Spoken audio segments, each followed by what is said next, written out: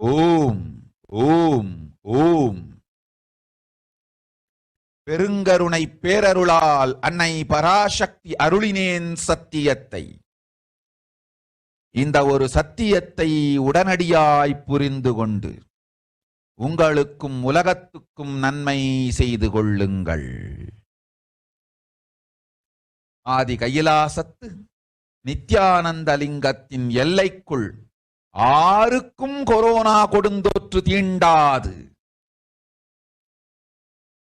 இந்த சத்தியத்தை அனுபவபூர்வமாகவும் அறிவியற்பூர்வமாகவும் முழுமையாக நீங்கள் புரிந்து கொள்வீர்கள். இது நிரூபணமாகும்.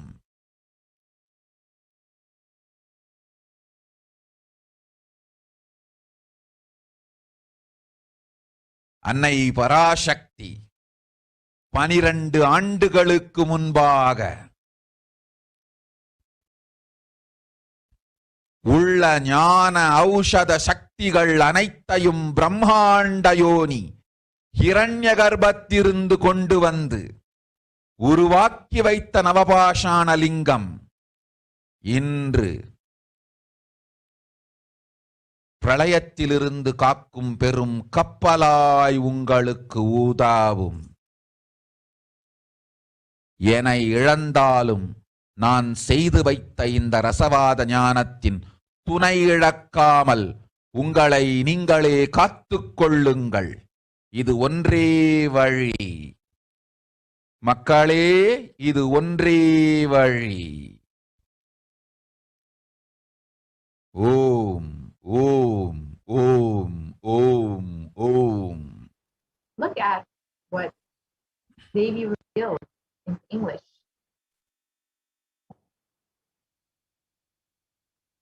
Even if children do mistakes in ignorance by getting stuck in Maya, as it is Parashakti, Paramashakti, Parashakti, Manonmani, my responsibility to save the cosmos from destruction.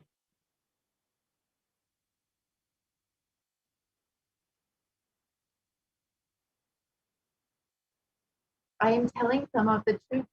Listen properly. Within the next few months, not in thousands or lakhs, lives will be lost in crores. Crores of lives will be lost in India.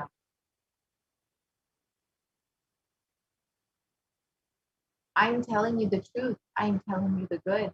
Search for protection for your life.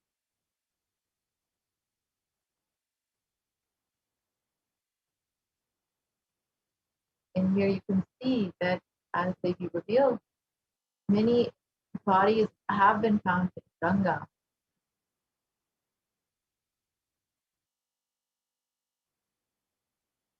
And many bodies have been found uncovered, and these dead bodies have been eaten by dogs that have gathered and feasted on the remains.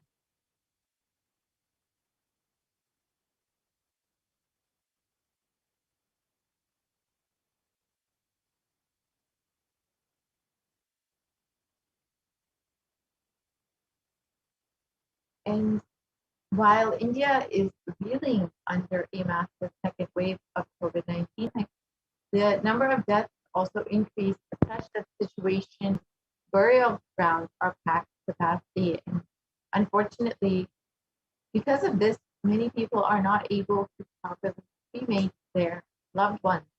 And literally, dead bodies are burning in the streets. The streets are literally becoming crematoriums.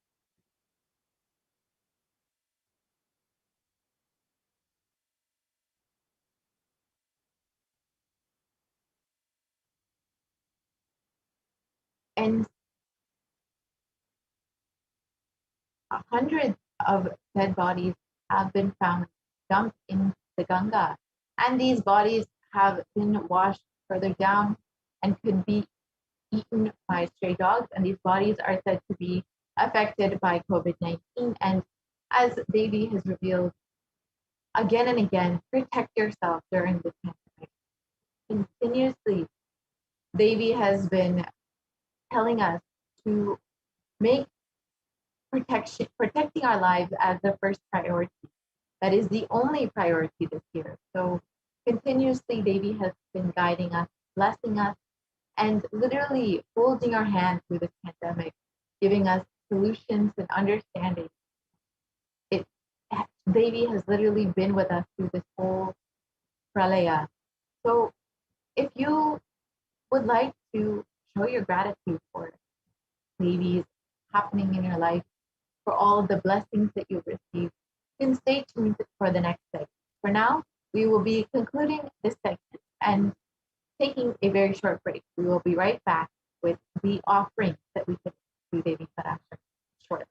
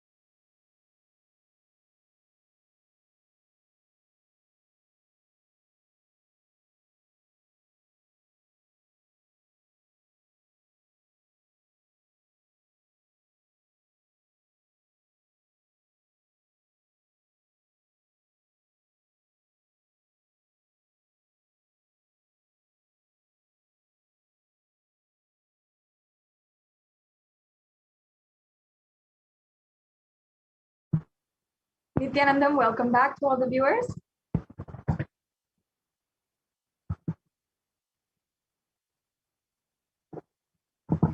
Now let us take a few quick moments and we'll begin the offerings to Devi Parashakti. I requested those slides can be projected now. I hope each and every one of you has been enjoying today's program and you have been understanding the various different powerful cognitions of Devi Parashakti, and you have been understanding, finding out more and more about who is Devi Parashakti and what her revelations have been for the last 4 months, as Devi Parashakti has been literally guiding us, blessing each and every one of us, handholding us, taking care and attending each and every one of us, and giving us so many boons, granting whatever we want, and revealing our past, present, and future, and so much more. So now let us enter into the next segment we have today, which is the offerings to Devi Parashakti. Let's get started. The offerings are all about gratitude in our life. And this might be a completely new concept for each and every one of you, or for some of you who might not know, but who always wanted to express this one quality that goes beyond all emotions, gratitude. And an offering is only out of pure love and gratitude. And often we misunderstand, misconstrue what is gratitude and what is pure love, what is compassion. We actually cannot cognize these divine emotions and these divine sentiments just with our pure logic. It goes beyond logic, and it goes into a mere factor of surrender towards existence and the universe as a whole, surrendering, being in oneness and experiencing that divine sacred space. Actually, there's a beautiful story which the Supreme Pontiff of Hinduism had narrated in the book called Guaranteed Solutions on the chapter from discontentment to gratitude. And the story goes that all of the scientists of the world and God were researching about how to do different research and development, and they saw that whatever God had made, whether it is a machine or whether it is plants and animals, whatever it is, the scientists were able to reproduce that just from their own knowledge. And they were trying to argue that they could reproduce anything that God can produce. And so, in order to reciprocate this, God simply out of his own dust made man. And the scientists began to do the same. They started to collect all the dust that was at the feet of God. But then he said, wait, no, use your dust, not my dust. As you can see, often we forget that existence is the one who is taking care of everything for us. And gratitude is our natural disposition. It's our natural tendency. But we move away from that over the course of so much of pain, grievances over our lifetime. And we don't feel gratitude for even the basic things, even our very life. And these offerings are an expression of pure gratitude and manifesting, cherishing gratitude within inside of us. Because in Sanatana Hindu Dharma, we recognize that gratitude is the utmost emotion that you can feel, and that should be cherished more so than any other emotion, more so than love itself. That is why we have this beautiful science of ritualistic sevas and of worship. And in Sanatana Hindu Dharma, the rituals have supreme significance. We always acknowledge first in all offerings that cosmic energy exists. That is the first declaration that we make upon making an offering. And then we recognize the Nithyanandeshwari, Devi Paramashiva and Parashakti, and the Guru, the supreme concept of Hinduism, are representations of that very cosmic energy. And then we recognize that whatever we offer during these rituals to the representations reaches that cosmic energy directly. And finally, the most important, whenever we pray, we always declare Soham Asmi, that even when we pray, we are God. Such a beautiful sacred sentiment that in fact the Supreme Pontiff of Hinduism himself mandated that and guided that before we are doing any puja or any ritual, these declarations are made in any ritual that is done from the Nithyananda Paramashivam. Having made this declaration is an important aspect of why we are making offerings, ultimately to experience oneness with the divine and express the highest of bodily emotions, which is gratitude. So if you are watching this right now, understand that there's no coincidence, and you can take part of this grand Leela of the Avatar through these offerings and simply offer your gratitude in order to attain the ultimate purpose of enlightenment.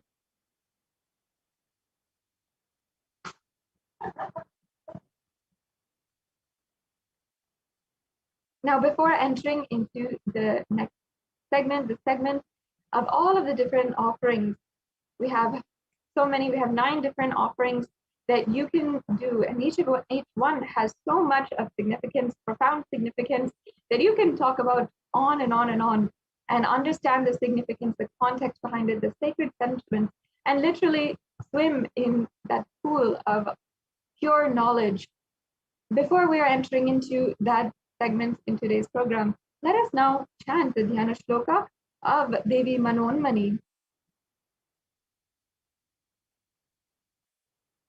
Indunivabeda karavahni nayanam syat pankajavara japaksha sarayuktam angahimabhushana vichitravasanam syat tungamakutojvala manonmani swarupam. Yes.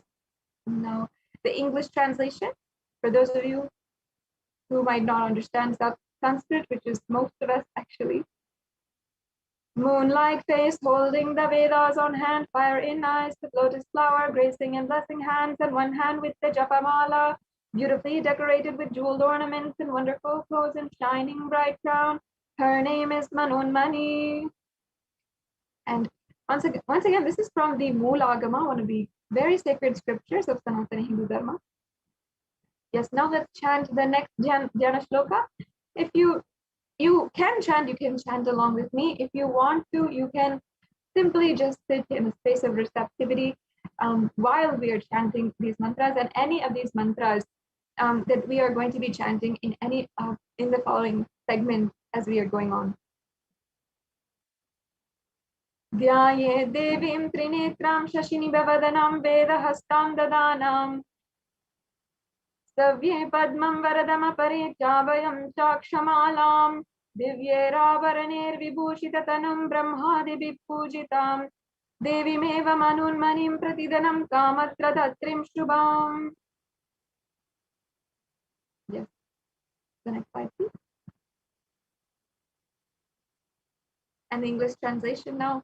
I meditate on Devi with 3 eyes glowing like the moon and holding the Veda, lotus and gracing and blessing and gracing hand. She is wearing beautiful ornaments and she is worshipped by Brahma and other many gods and showers auspicious boons for all actions every day.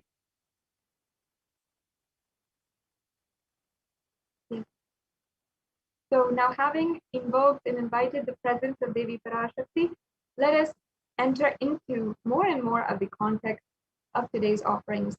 Now we'll be peeling layer by layer of the different significance, this different sacred sentiments for these offerings and what you will be able to cherish in your life. Seems like we've gone to the last slide. Can we zoom back?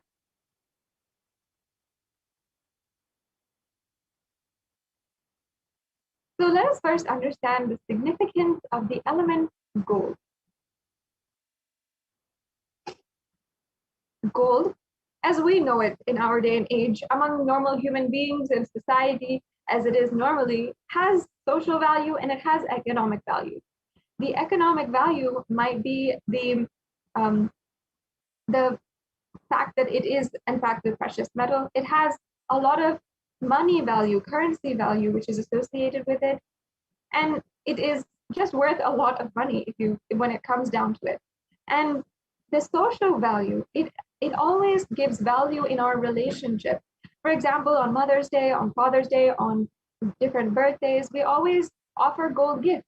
And that's because we use it to give social value. And even there's the gold medal and the golden trophy. All of these are the highest pedestal that we use gold to symbolize. And we use it in gifts, we use it in our relationships. It has, in this way, a social value. Gold has a social value, but often we do not understand the sacred value behind gold, its divine qualities. In fact, if we go to the previous slide, there is a verse from the Atharva Veda, and this verse shows us that the Vedic rishis understood the sacred value of gold, its virtuous powers, and its properties that can literally make you transcend from man to superhuman. And that's why we considered gold as a divine element.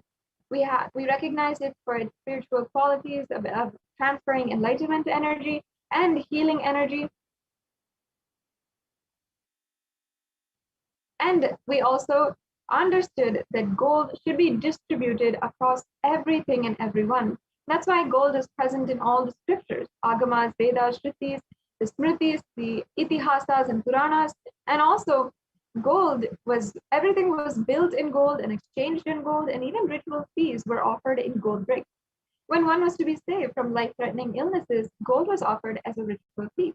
And gold was in abundance and used for weighing equivalent amounts of commodities, including cows. And kingdoms were built with huge doors of gold. The streets would have huge columns and huge archways made of gold. And horses and cows, elephants, all of the different animals in our society living within our civilization were revered as embodiments of the divine and also dressed and adorned in gold.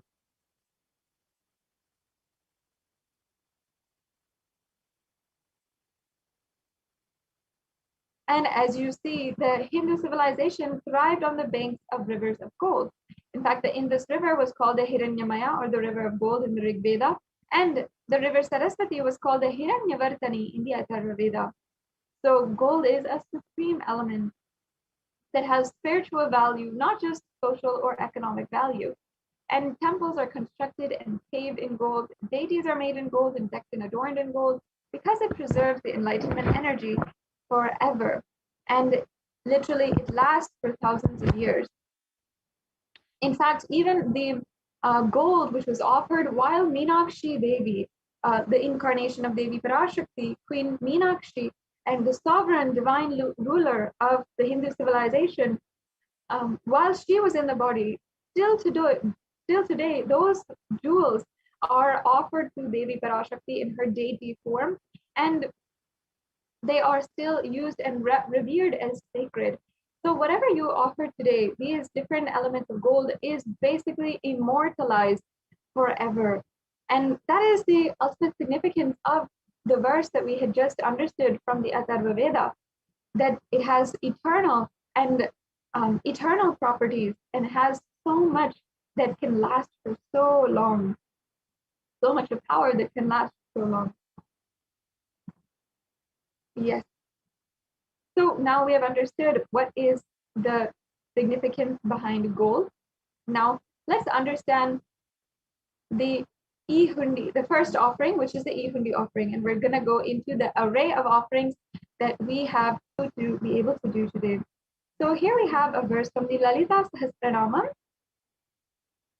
that I'll now be chanting.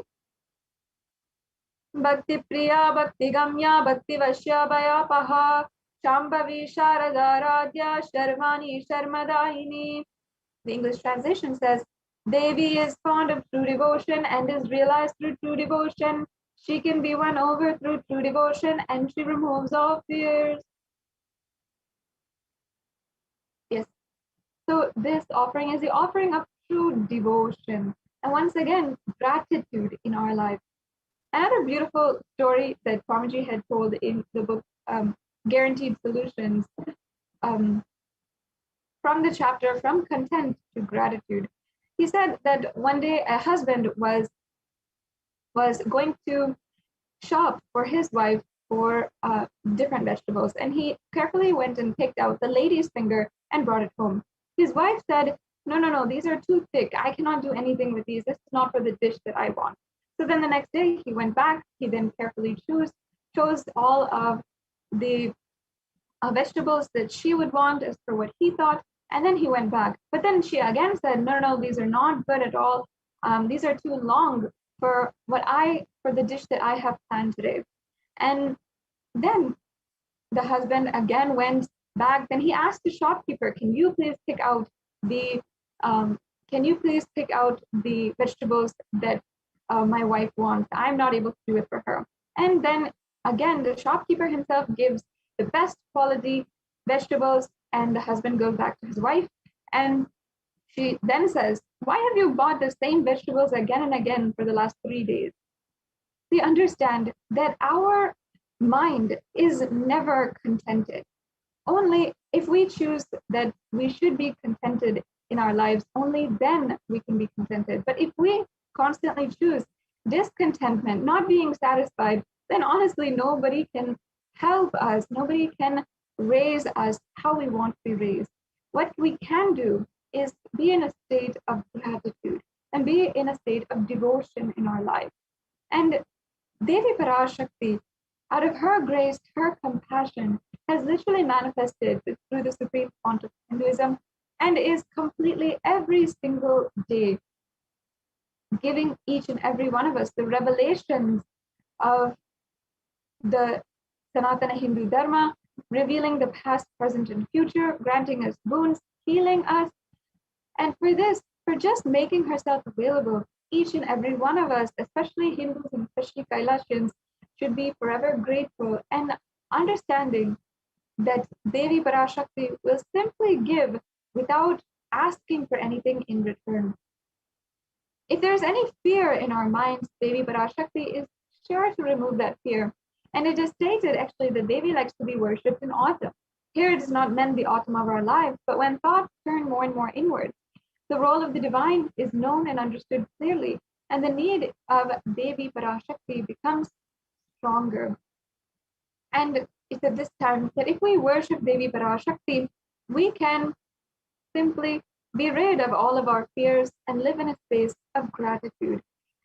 This is something, an offering that you can make very easily. And at the end of this segment, we'll be going over how you can make the exact payment if you're wondering, and if you have any questions about it. So stay tuned until the end of the segment for any of these offerings. Yes, now let's go on. Now, next we have the Sankalpa chanting. The Sankalpa chanting is another very profound, a very profound offering. And the Sankalpa is actually a mantra that is offered before any ritual. And it's in fact an offering in itself.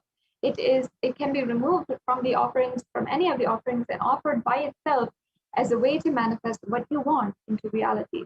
And there's a beautiful verse here from Devi Mahatmyam, chapter 12, verse 34, which I'll now be chanting. Sayetam, sorry, if we can go back. Yeah.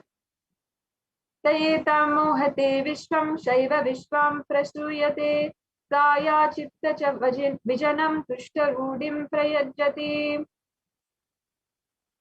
And the English translation says, the goddess enchants this universe, and she herself gives birth to this universe. That God is being prayed without interest in anything, gives the knowledge that leads to salvation, and gives wealth in the materialistic sense. The Devi Mahatmyam is a glorification. It's literally a chapter upon chapter of the glories of the goddess. And in it, it says so many different times that Devi Parashakti gives without being asked for anything, without any conditions, and without interest or vested interest in what she wants from you. There's nothing like that. Devi Parashakti is a cosmic feminine energy which literally flows. And there can be no question of her asking for anything in return, or her having any conditions for your love or your gratitude. Simply, she is flowing as the entire existence itself. She enchants this entire universe, as this verse says, and she is the one whom you can pray, and simply your wishes, your sankalpa will be granted. And not only this, the science behind prayer is very much known in even scientific research and many researches that have been going on. The science of sacred Sanskrit chants has been researched and developed in several different thought currents in several different fields, especially in trying to understand the quantum physics and trying to understand more and more about our universe and the reality of our universe. Scientists are still yet to grasp it, but Vedic rishis understood that there was a huge significance behind creating space, the creation of space, the chanting of these powerful vibrations, and doing the chanting and making a conscious resolution inside of us. And offering this sankalpa, the conscious resolution, blesses the person with the fruition of the desires and the wishes which you are yearning for.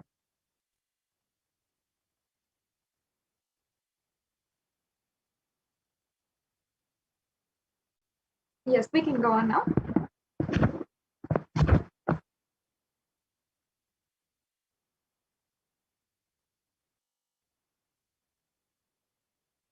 We can go on.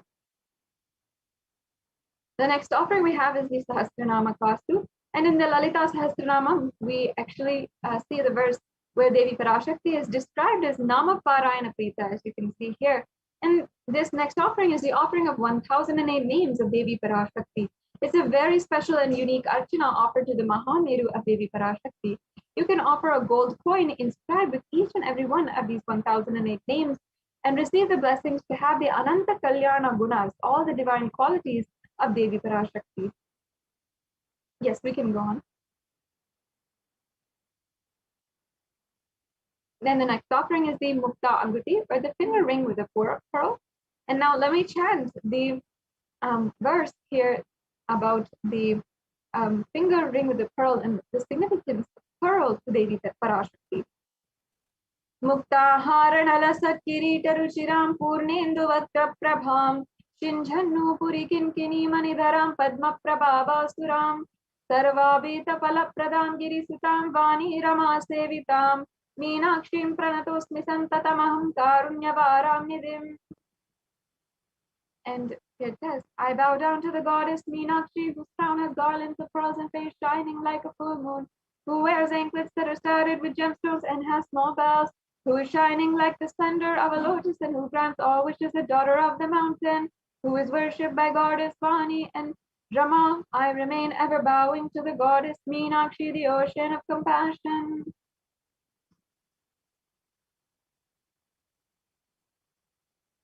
Yes. So you can offer this finger ring with a pearl to the Devi Parashakti, who is the embodiment of compassion, the pearl being the symbol of compassion itself.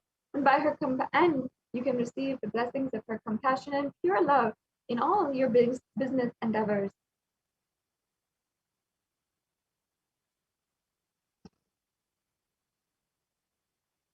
Yes, the next offering is the Swarna Padma Pushpam.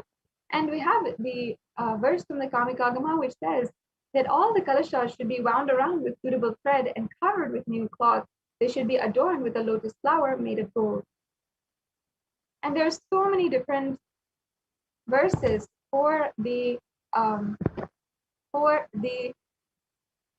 lotus flower. And there's so many different scriptures and references where it is used in the worship of the ultimate. And it involves the consecration of deities of worship. And not only that, it's also in all of the arts and architecture of Sanatana Hindu Dharma. Because once again, whatever we considered as divine in Hindu civilization, we applied it in all different aspects. And the lotus, of course, is considered as a divine flower. In fact, the Shakti of Paramashiva is called as a lotus, and the base of the Paramashiva Linga is also considered as a lotus. So you can offer this golden lotus in any size which you wish and be blessed to have the state, space, powers, and being of Devi Parashakti in your inner space amidst any and adverse situation in your life. The next offering we have is the Swarna Meti. And today the toe ring itself might have a lot of references in popular culture and might be used by modern day fashion models and so forth. But this actual piece of jewelry has reference in the oldest scriptures and actually has, once again, sacred value, not just social value. In fact, here is a verse from the Saundarya Lahari, more than 2,000-year-old scripture of where it speaks on the Devi Parashakti, and it speaks on the power of her very toenails, why we adorn her toenails. And it says, Nakhadiditi samjana namajjana tamo guna padadvaya prabhajala parakrita saruruha. You whose brightness from toenails destroys the darkness of ignorance from the minds of your devotees who prostrate at your feet. You whose brightness from your 2 feet overpowers that of the lotus flower. So, once again, the very feet of Devi Parashakti can literally liberate you from so much of grief, suffering, anything that you are suffering from inside of you. And you can offer to the sacred feet of Devi Parashakti and be in the constant state of gratitude for receiving her blessings, even in the most difficult aspects of our lives. The next offering we have is the Swarna Mantika, the golden hairline jewelry. And the offering here is the offering of the hairline jewelry, and it's referred where Devi Parashakti is described as Shuddha Sarvi Varshini, or she who makes the nectar flow in all of our nerves from the Sahasrara, she who gives the very pleasant experience of the ultimate. The Mantika actually represents the nectar flowing from Sahasrara Chakra, which is fully open. And you can offer the Mantika to the Devi and receive the blessings of achieving the blissful state of overflowing gratitude and the space of complete completion.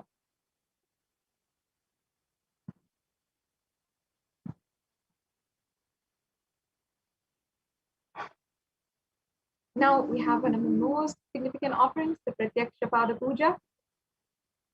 And this once again is the offering towards the divine lotus feet of Devi Parashakti, who is manifesting in the supreme font of Hinduism, who is literally Sarvadeva Devi Swarupa, the embodiment of all of the gods and goddesses.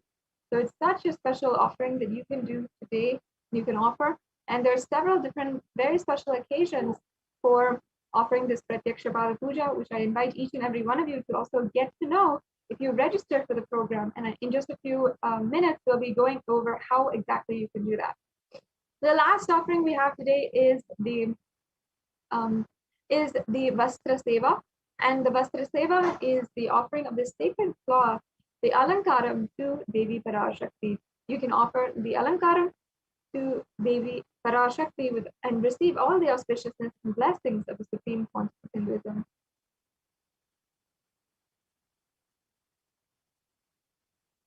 Yes. So here we have a summary of all of the different offerings that are available for you to offer today. The Ihundi offering, which you can make for any amount.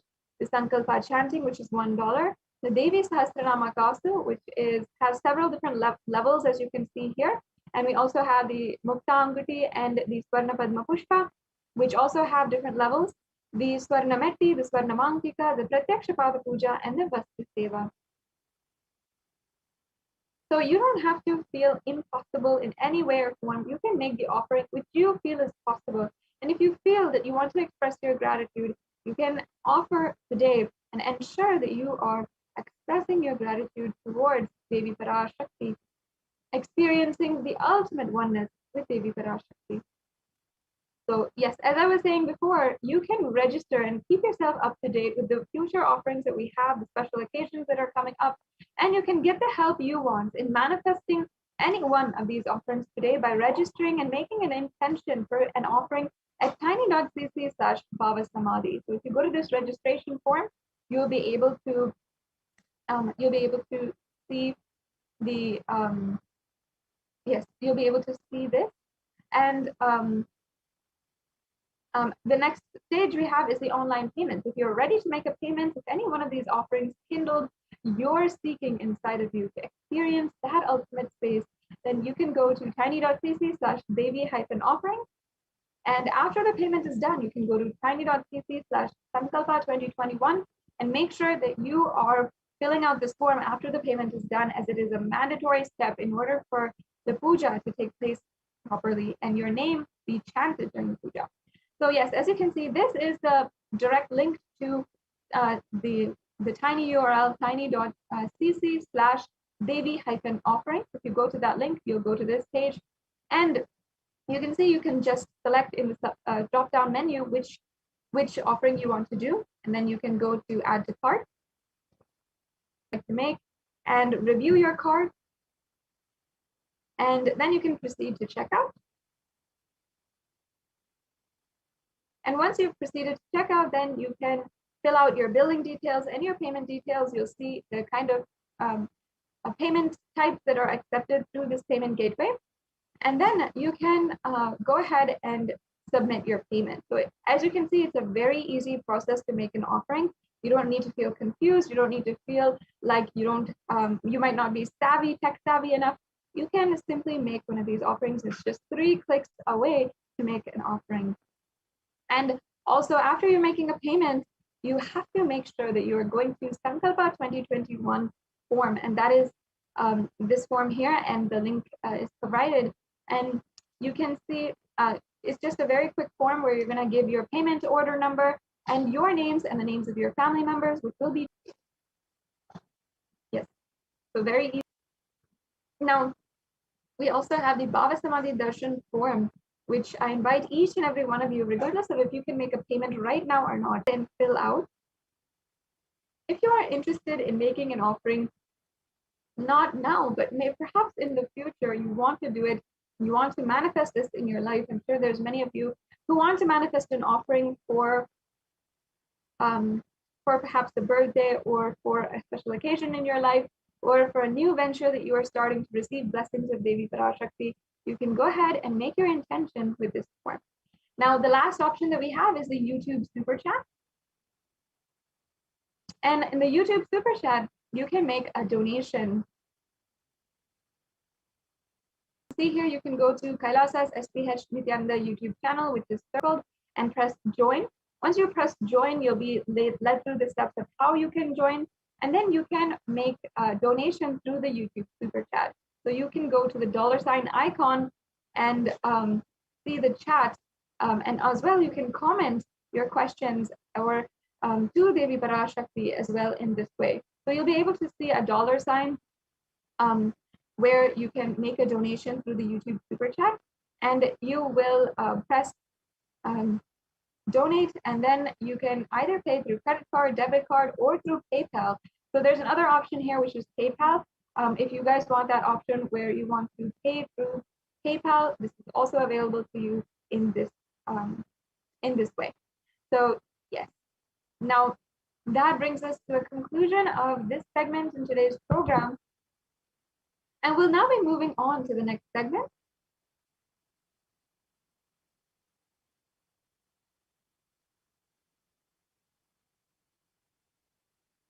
Yes, and each and every one of you, I hope that you have been enjoying and you enjoyed this previous segment on the various different offerings that you can make to Devi Parashakti. Next, we'll be continuing the next segment in today's program, where the representatives from Adi Kailasa Sarvagya Peetham will be guiding how exactly the Supreme Pontiff of Hinduism has been contributing and literally saving the lives of so many people across India, as the third wave of the pandemic is still literally plaguing the entire society. And through this quarantine, multi-layer quarantine opportunity, the Supreme Pontiff of Hinduism has brought a practical solution for health, joy, and bliss, and this solution has also been recognized by the United Nations and has been published by the Human Rights Commission of the United Nations as well. So here we have Ma Dayami Swami, who has joined us. Thank you so much, Ma, and who will be sharing with us how the Supreme Pontiff of Hinduism has been contributing so much in the last couple of months.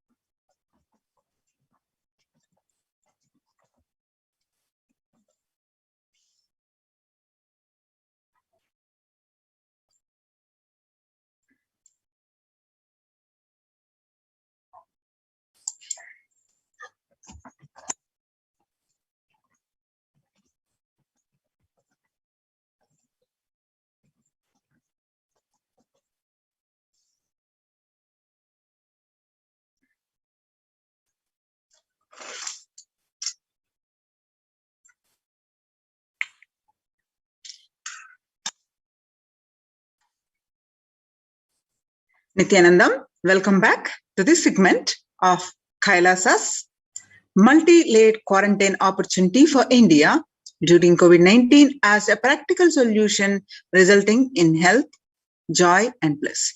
With the blessings of the Supreme Pontiff of Hinduism, let's start with the Sadguru Vandanam.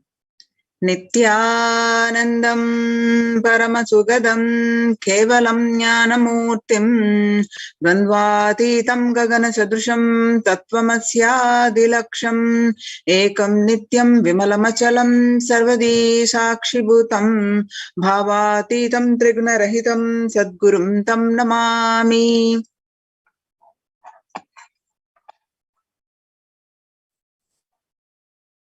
Yes. On the 31st May 2021, Devi Parashakti revealed a very important message, how the pandemic is going to do the krimi bhojanam, that means the eaten by the worms.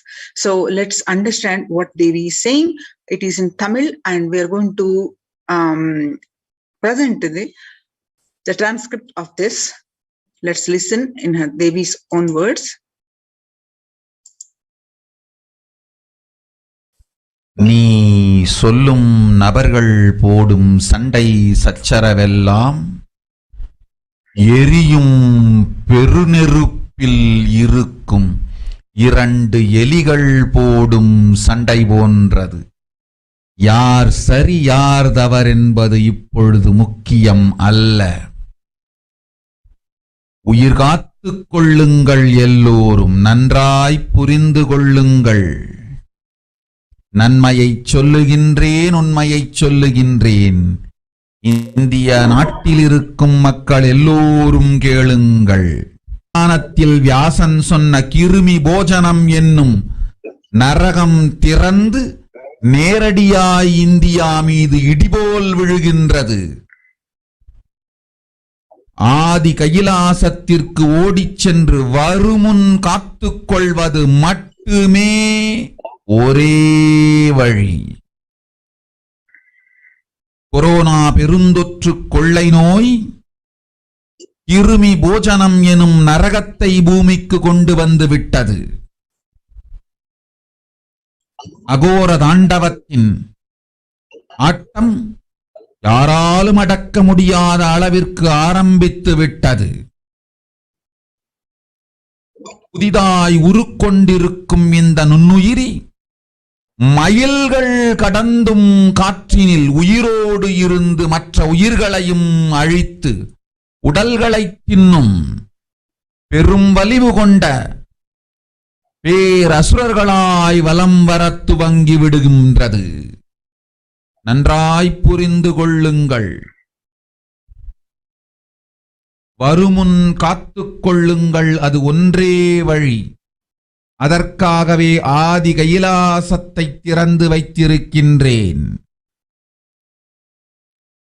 உயிர் காத்துக் கொள்ள வேண்டி விரும்பும் எல்லோரும் ஓடுங்கள் ஆதி கைலாசத்திற்கு. இந்தியாவில்தான் இந்த நரகம் திறந்து உலகெங்கும் பரவப் போகின்றது. கிருமி போஜன நரகம் பூமிக்கு வந்துவிட்டது. மனிதர்கள் செய்த மகா கொடுமைகளினால். அன்னை முன்னின்று என் அடியவரை காப்பேன் சொல்வதை கேட்டு உயிர் காத்துக் கொள்ள விரும்புவோர் வருமுன் காப்பது ஒன்றே வழி என்று தெரிந்து செல்லுங்கள் ஆதி கையிலைக்கு. ஓம் ஓம் ஓம். நீ Translation of this Devi Parashakti's Akashic readings is: everyone in India, all of you listen. The hell of Krimi Bhojanam that was mentioned by Vyasa in Garuda Puranam has opened and is directly falling on India as thunder, running to Adi Kailasa and protection by the preventive quarantine. From it is the only way. Deadly corona life-taking disease brought the hell known as Krimi Bhojanam to earth. The dance of Aghora Thandava which started. This microorganism that has formed will be alive in air for miles together. Destroying other souls, it will eat bodies. It has started roaming as great demons with a tremendous strength. Understand properly, prevention is the only way. For that, I have opened Adi Kailasa. For those who want to save their lives, all of you run to Adi Kailasa. Only in India, this hell is going to open and is going to spread to the whole world. Bhojanam hell has come to the earth because of the sufferings done by the humans. Mother, I will protect those feet, those who listen to me and wish to save their lives. Learning that prevention is the only way, go to Adi Kailasa. The Krimi Bhojanamu or Krimi Bhojana is one of the 28 hells described in Hindu scriptures, where people are sent to be eaten up by worms. The scriptural references for this is in Garuda Puranam, Cosmology of Hell and the Nether Regions, in Devi Bhagavata Purana, chapter 21 on the narrative of hells, chapter 22 on the narrative of the sins leading to hells, and the Shiva Purana, chapter 16, Uplift from the Hell, section 5, and the Skanda Purana, that is chapter 12, Redemption from Hells, chapter 2, Merit of Visiting Setu, chapter 30 is the Glory of the Nishkoti. The Brahmanda Purana, chapter 20, Hells in Nether Regions, and chapter 106, Sufferings in Hell. The Padma Purana, chapter 48, section on the Nether World.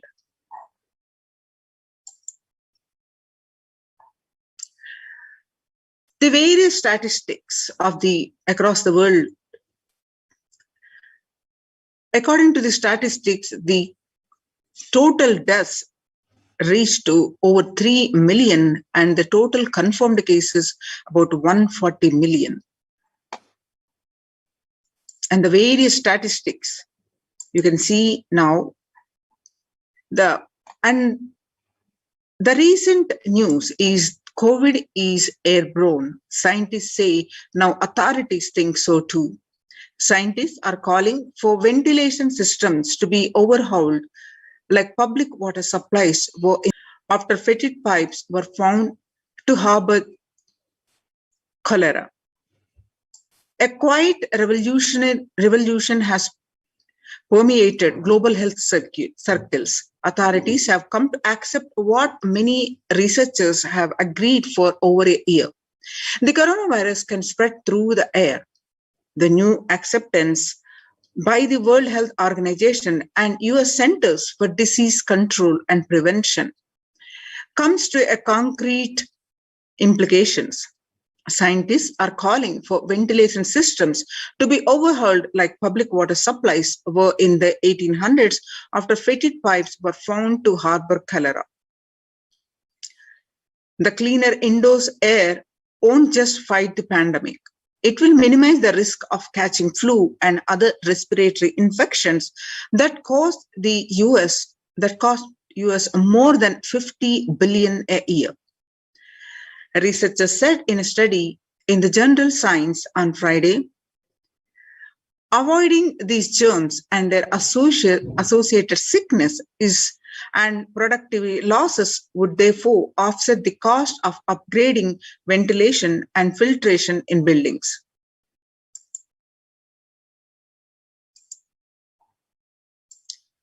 And the SARS-CoV-2 virus can travel on very small particles that disperse quickly outdoors, but can build up inside.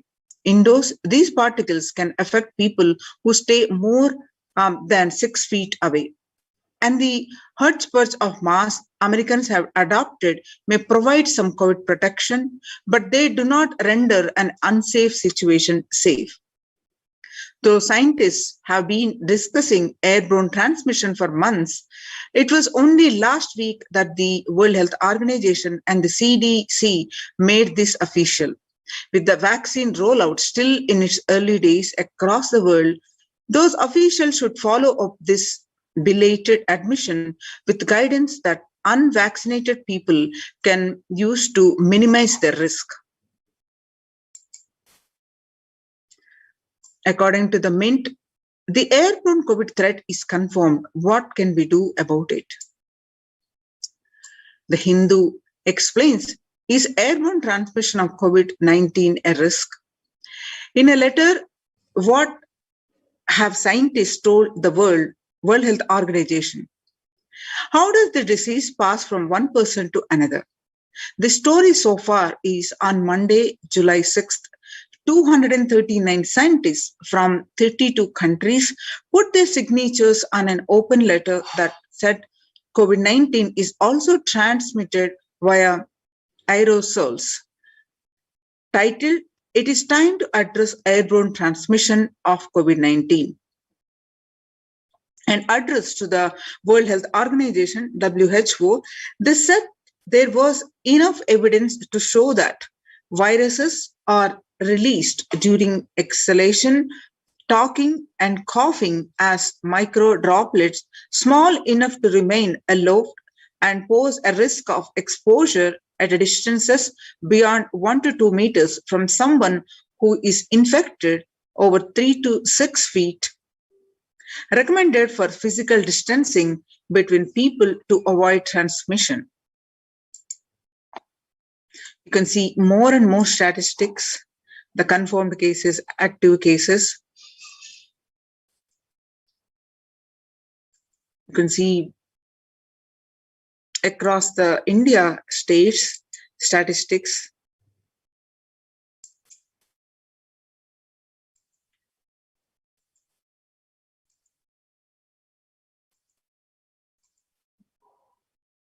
More statistics from Mumbai and Karnataka, Maharashtra, and Tamil Nadu, various states, and Maharashtra, various states. You can see the statistics. And home quarantine is not possible in India. Statement made by the Indian government. Home quarantine is a prime reason for large number of deaths in Assam. Himanta Biswa Sharma, Assam Chief Minister Himanta Biswa Sharma said that home quarantine is one prime reason for a large number of deaths during the second wave of COVID-19 in Assam.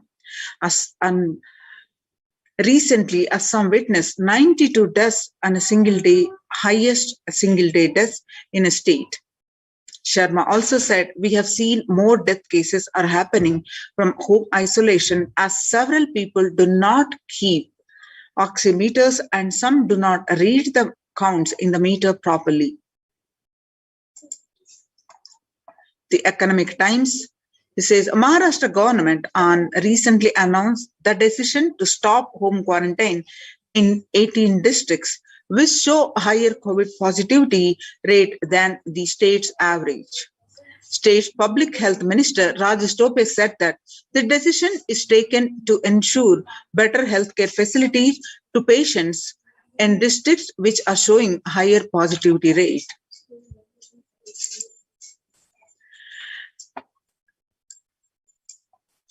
About 41% of the houses have just a single room, which is shared by 5 people. And why home quarantine is impossible for the majority of Indians?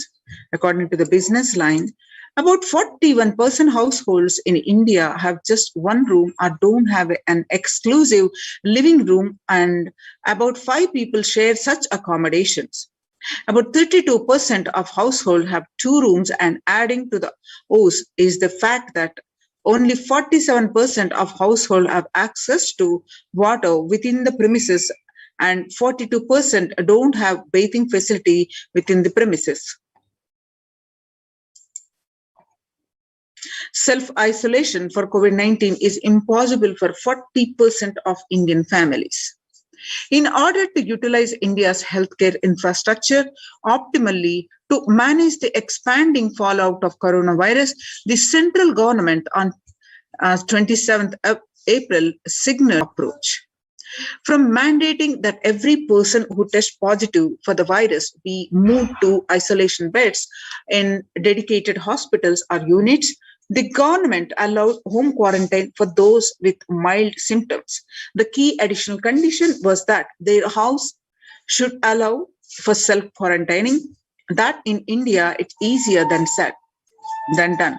According to the census of 2011, about 42% of Indian households were living in houses where an average 3 or more people were sharing a room. In the context of coronavirus, this challenge of physical distancing is greater in rural areas, about 45% of households, than in urban areas, that is about 35% of households. Only one state, Kerala, is looking relatively dignified at this metric, and all the districts reporting at least 250 cases have anywhere between 34% to 54% household, averaging 3 or more to a room. So, where is the space for home quarantine in cities? In New Delhi, the health ministry last week said that more cases of coronavirus had been asymptomatic or mildly symptomatic and had advised home isolation for such people. It also said that 65% cases across the country were reported from the metros and big cities. However, census data suggests, and experts also agree, that following the ministry's guidelines on home quarantine is near impossible, particularly in urban households. The guidelines on home quarantine say the person showing COVID-19 symptoms have to remain isolated in a well-ventilated room, preferably with an attached toilet. If another family member needs to stay in the same room, it is advisable to maintain a distance of at least 1 meter between the two, it is stated. So when the first world countries closed their borders during a massive global emergency, Kailasa has opened its doors to all without exception. The Supreme Pontiff of Hinduism reveals that at least 6 months back, I became aware that multi-layer quarantine is needed to protect people. If you are in India and you want to protect your immediate family or extended family, anyone who will listen to you, get them immediately to our campuses. The free COVID care centers opened across India are Adi Kailas in Bidadi, Bangalore, and Salem Adinam in Tamil Nadu, Tirunnamalai Adinam in Tamil Nadu, Rajapalam Adinam in Tamil Nadu, Puduvai Adinam in Tamil Nadu, Pattanam Adinam in Tamil Nadu, Srirangapadi Adinam in Tamil Nadu, Sripuram Adinam in Hyderabad, Madurai Adinam in Tamil Nadu, and Avattipalam Adinam, Erode, Tamil Nadu, Huzur Adinam in Tamil Nadu, Baroda Adinam in Gujarat. Kailasa rushes to help as India finds itself on the verge of the COVID-19 third wave.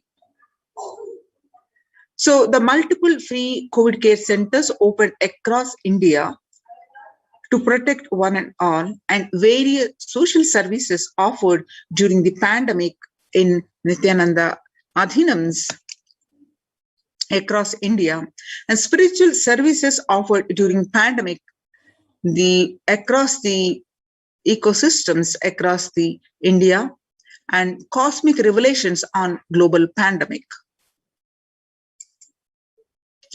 The free social services offered during the pandemic across India are the Kailasa's de facto spiritual centers, which include to medical care, which is allopathy, Ayurvedic and Siddha medicine, fire safety equipment maintenance, infrastructure to accommodate thousands, accommodation for multi-layered quarantine, emergency ambulances and ICU on wheels, groceries collected for Annadan, and organic farming. So join Kailasa's COVID care protection centers. Register now through the link below, https://kailasa.org/Kailasa care. Now let us see glimpses from Adi Kailasa's Department of Health on COVID protection for Adi Kailasa Sarvajnapeetham. The immunity boosters and COVID care supplements procurement. Allopathic immune boosters are Zincona, vitamin D, and vitamin C.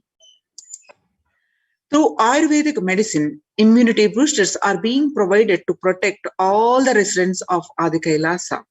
The immunity boosters and COVID care, the streaming once a day with tulsi, eucalyptus and nochi and turmeric leaves from the healing trees here in the Adi Kailasa. Twice a week, consumption of Kabasura Kundanir, a mixture of pepper, ginger and clove, and other ingredients, extensively aimed for boosting the lungs, improving the respiratory system, and treating infection conditions such as cough, cold, and fever. Neelavembu Kundini to be taken once a week. Agastya Lehyam 5 days. Talisadi tablets per day for 5 days. Indugunta Kathayam, Amrutottara Kashayam both for 5 days. 1 teaspoon with 50 ml of warm water. Sudarshana Gulika once every 5 days. Gargling with salt and turmeric twice a day. Spiritual routine, Panchakriya, Haritaki, castor oil, neem juice, Pratama Vinyasa Krama, that is Nitya Yoga, Trinetra Kumbhaka and Puja. Basic sanitation and safety practices which are implemented here in Adi Kailasa are disposable of soil pads, infected material and non-biodegradables done through incineration, RO water systems for drinking water, cleansing and sanitization of overhead tanks, regular DVDing, maintenance and repair of electrical circuits, communication facilities for safety of the residents, compost pit filling with biodegradables. Diagnosis, COVID care, quarantine methodology. Immediately upon arrival to the campus, occupants will be quarantined for 15 days. Swab test of RT-PCR test done to be done on day 5th of the quarantine. All food handlers to be wearing a mask and gloves and keeping a distance.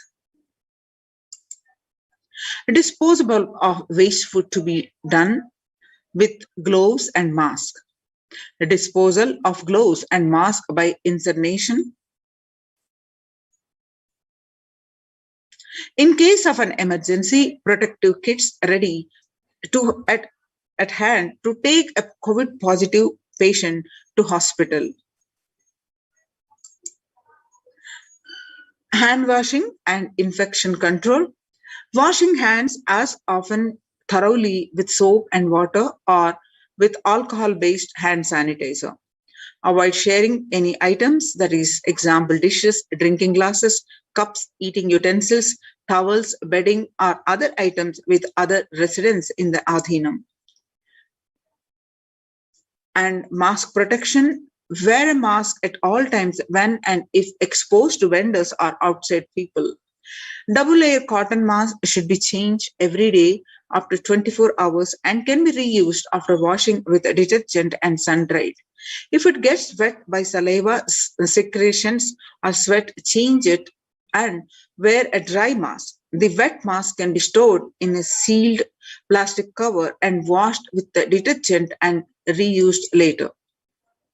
You can see the picture here. The face shield. A face shield will be provided as an extra protective wear for people at the gate interacting with the vendors and outsiders. Use of hand sanitizer, hand washing, regular steaming, of taking of preventive kashayams, that means the herbal drinks, turmeric, salt water gargling, and bathing with washing of clothes with history of any exposure. If symptoms appear, cough, fever, difficulty in breathing, he or she immediately inform the medical person in charge immediately. The quarantine rules includes the first line of quarantine, people in the first circle who are in contact with the vendors, the area of stay confined to the outermost area where the communication with the outside is happening with the vendor side.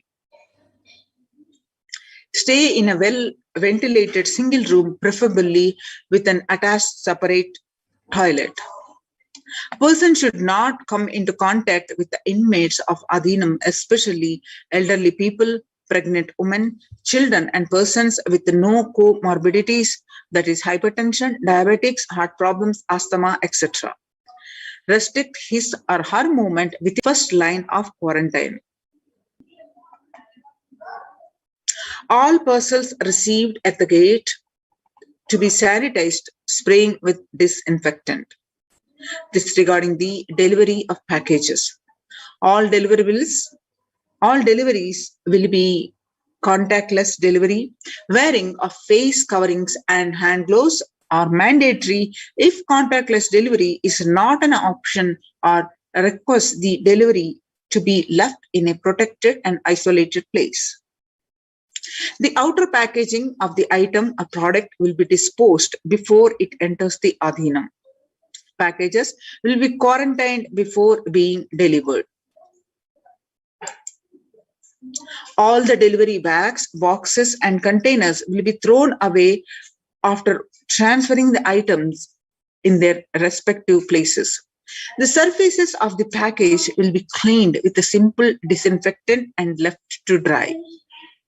All handling and packaging will be thoroughly washed with soap and water and solution frequently.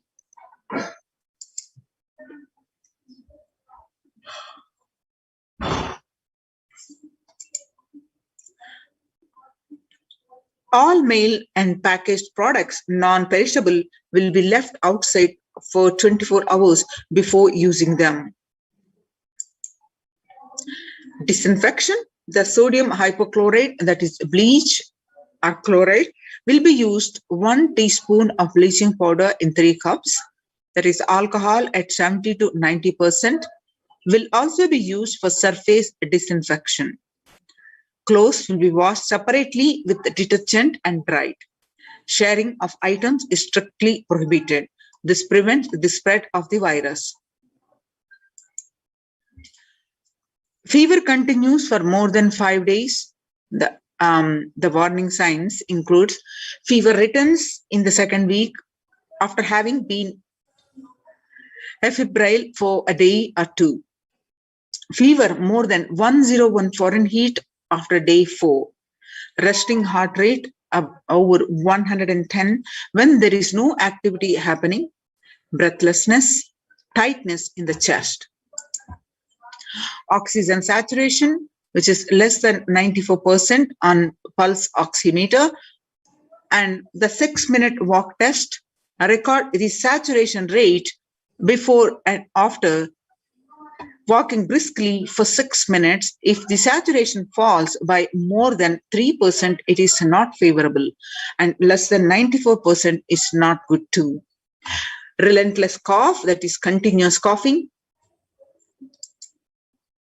You can see the in-campus ambulance. You can see the ambulance on wheels. Prevention is the best medicine. People who come in as newly will be given a separate room with toilet facility. Under no circumstances will they exit the room. Their designated quarantine person picks up the food after the person who serves the food is at a safe distance of 6 feet. The food will be placed outside the door. Monitoring the quarantine. Monitor the temperature, pulse rate, and oxygen saturation levels once a day and more often if the person is symptomatic. Please speak with the medical team. Take paracetamol if temperature is more than 99% and ensure good hydration and having a nutritious diet. Steam inhalation twice daily. Salt and turmeric hot water gargling twice daily. Ayurvedic and Siddha medication will be given as per instructions. Doctor will be contacted if there is worsening of symptoms for specific management, which could be further consultation, investigations, and treatment. Residents will be asked to continue taking medications if they are on blood pressure, sugar, or heart elements, etc. Doctors will be consulted if comorbid conditions pose a higher risk. Residents on medication will be asked to bridge 2 months of supply till the Adhinam is able to organize the medications for them. Residents will be asked to take a long deep breath, pranayama, lie in the prone position on the tummy as much as possible so that the lungs expand well. If there are no symptom, the person will come out if quarantine after a total of 15 days. The test will not be repeated if clinically well. If there is a symptoms, a person will need to be requested and need medical opinion and necessary investigations and treatment. Common symptoms which will looked out for: fever, sore throat, fatigue or excess tiredness, cough, the mostly dry or wet cough in some, body aches, headaches, loose stools, vomiting, loss of sense of smell, loss of sense of taste, exhaustion, giddiness, and fainting.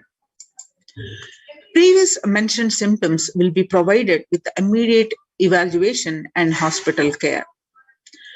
Early detection of these warning signs and identifying the timeline is very crucial for better outcome. This will be monitored very closely and is the most important thing that needs to be done. Identifying a day one of symptoms is very crucial in the management with respect to monitoring the treatment protocols. Day one would be when the very first symptoms started. Investigate for further possible source of contact, and all the people who have come in close contact, that is 3 to 6 feet range, with the primary case in the last 3 days need to be isolated separately and monitored for symptoms as well. Infectivity starts 0 to 3 days before the onset of the infected person, shed the virus till 9 days. Of the above symptoms in various combinations signals the possibility of COVID-19, even though the symptoms can happen with any viral infection. In a pandemic, it is to be considered as the possible diagnosis until proven otherwise. Rare presentations are known: rash on body, bluish discoloration of the fingers and toes, sudden onset of breathlessness, heart attack, strokes, paralysis of the limbs. Any suspect case should be immediately isolated. The RT-PCR test is to be asked for an asymptomatic people immediately. The contacts will monitor for symptoms and will get tested if any symptoms show up, else to wait for 5 days. If they continue to be asymptomatic, they can check their status thereafter. A negative report ensures they can move into the community. Only an assigned member taking care of the quarantine person. Use disposable gloves when cleaning the surfaces or handling any soil linen of individual. Washing of hands after removing the gloves. No visitor to be allowed in the vicinity of the quarantine person. In case of person being quarantined becomes asymptomatic, all the close contacts taking care will be quarantined for 15 days and followed up for an additional 15 days or till the report of such a case turns out negative on lab testing. Clean and disinfected frequently touched surfaces in the quarantine person's room, that is bed, frames, tables, etc., daily with bleach solution. Clean and disinfect toilet surfaces daily with regular household bleach solution, the phenolic disinfectants. Clean the clothes and other linen used by the person separately using common household disinfectant and dry. The Adinavasis coming into the Adinam must take the following medical tests.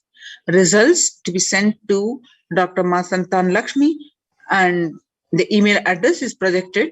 Results will be reviewed by the medical team at the ASJP, the Adi Kailasa Sarvajna Peeta, female campus, Dr. Atma Niranjanamma and Dr. Santan Lakshmi and Ma Chandra Vidya RN. The medical tests, including the blood tests of wide range with complete blood count with peripheral smear, blood group type, fasting and post-prandial blood sugar, renal function test, blood area and serum creatinine, VDRL, HbASG, HIV, thyroid function test, that is serum T3, T4, TSH, ECG, liver function test, and lipid profile test. Please get your RT-PCR test for COVID-19 taken 2 days before coming into the Adhinam and send it to the previous mentioned email address to get clearance. The medical team will communicate to the admin of the respective Adhinam with regards to the medical status and approved status. Once communicated, the person should come into the Adhinam within 24 to 48 hours of the test. If there are any pre-existing medical issues like hypertension, diabetics, or any other chronic diseases and comorbid situation, please bring in the recent reports and the prescription from the attending doctor. A medical form will need to be filled in by all the new occupants. A legal disclaimer will also be required to be signed. Will be monitored for temperature rise, oxygen status, and other symptoms during the period of quarantine. Anyone with symptoms should be reported immediately. The designated quarantine person will be responsible to monitor the pulse oximeter and temperature daily. The equipment should be sanitized after every use, and knowledge for the same will be given to the medical team. The report of these recordings will be reviewed by the medical team daily. During the quarantine period, certain Ayurvedic and Siddha preparations, streaming, saline, and a turmeric water gargle and other immune boosters will be given by the caregivers, which has to be followed strictly. After 15 days, they can be out of the quarantine, and please follow the basic guidelines of living in the Adhinam, some of which are listed below. Smoking, drinking, drugs, substance abuse is strictly prohibited. Consumption of non-vegetarian food is strictly prohibited. Illicit sex is strictly prohibited. Please follow the basic etiquette like traditional Indian clothing, personal and environmental cleanliness, and hygiene. The following measures below will help prevent in this spread of infections in the Adhinam, such as colds, flu, and stomach bugs, and protect the Adhinavasis. Make sure the workplace are clean and hygienic surfaces, that is desk, tables, and objects, that is telephones, keyboards, need to be wiped out with disinfectant regularly to prevent. Promote regular thorough hand washing by Adhinavasis. Please keep sanitizing hand rub dispensers in prominent places around the workplace. Make sure the dispensers are regularly refilled. Display posters promoting hand washing skills, the virus on your hands, and prevent the spread of the infection. Promote good respiratory hygiene in the workplace and display posters promoting respiratory hygiene, and good respiratory hygiene prevents the spread of the infection.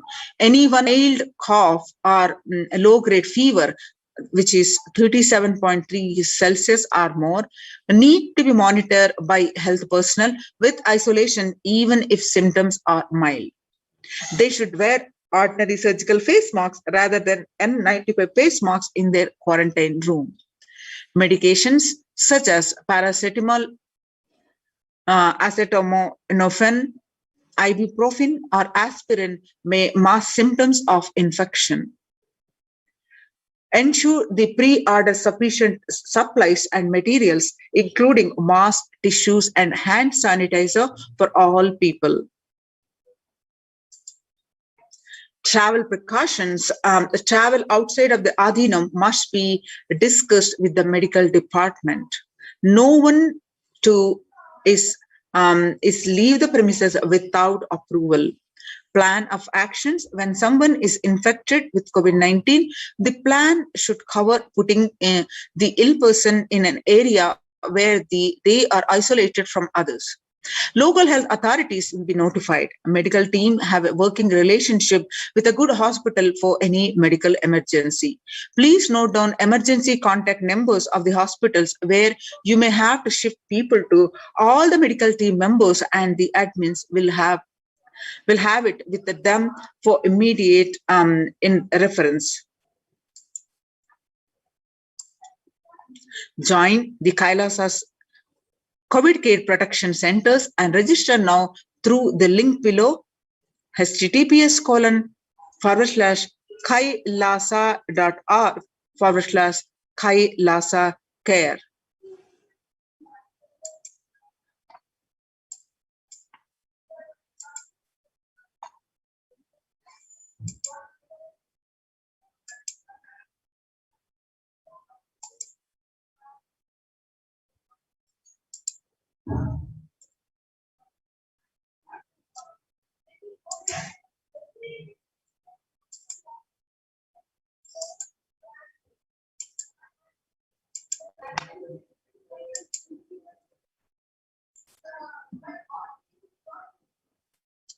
Now, we have seen the medical departments, the preventive measures in the Adi Kailasa Sarvajnapeetham, one of the COVID care protection centers. Now, we'll also see the Kailasa's multi-layered quarantine opportunity for India during the COVID-19 as a practical solution for resulting in health, joy, and bliss. How the solutions are implemented across these protective centers and recognized by the United Nations. COVID-19, India reports the 41,195 new cases with 490 deaths in a just single day. The Akashic readings from Devi Parashakti reveal it causing the mental distress. And State of the World reports confirming the same. Not only people dying in crores and mental retardness, you will also see minds getting collapsed. Freedom from all this is suffering is the life of living enlightenment. First, prevent yourself from this deadly corona. Oh people, do the job of saving your life as first priority.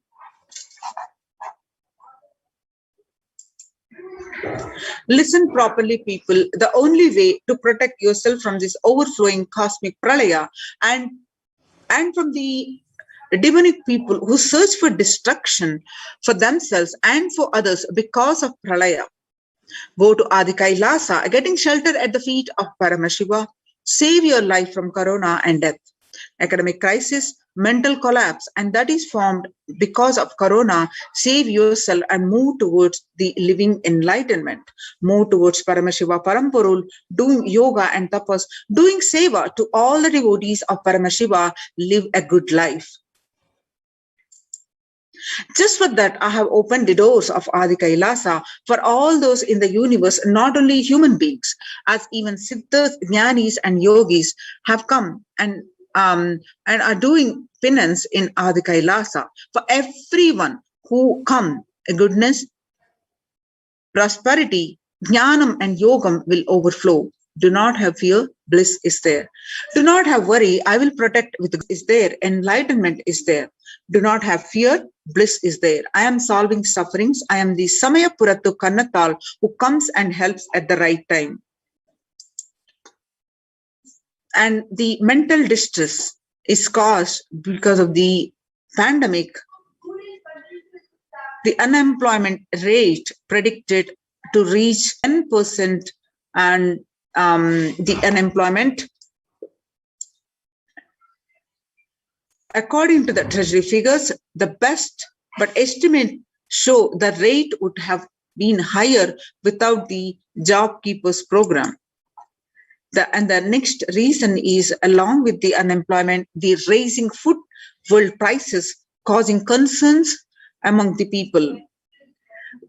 The global food prices have rallied to multi-year highs, triggering by the COVID-19 pandemic-related supply chain disruptions and soaring transport costs, the International Monetary Fund, the IMF, has said.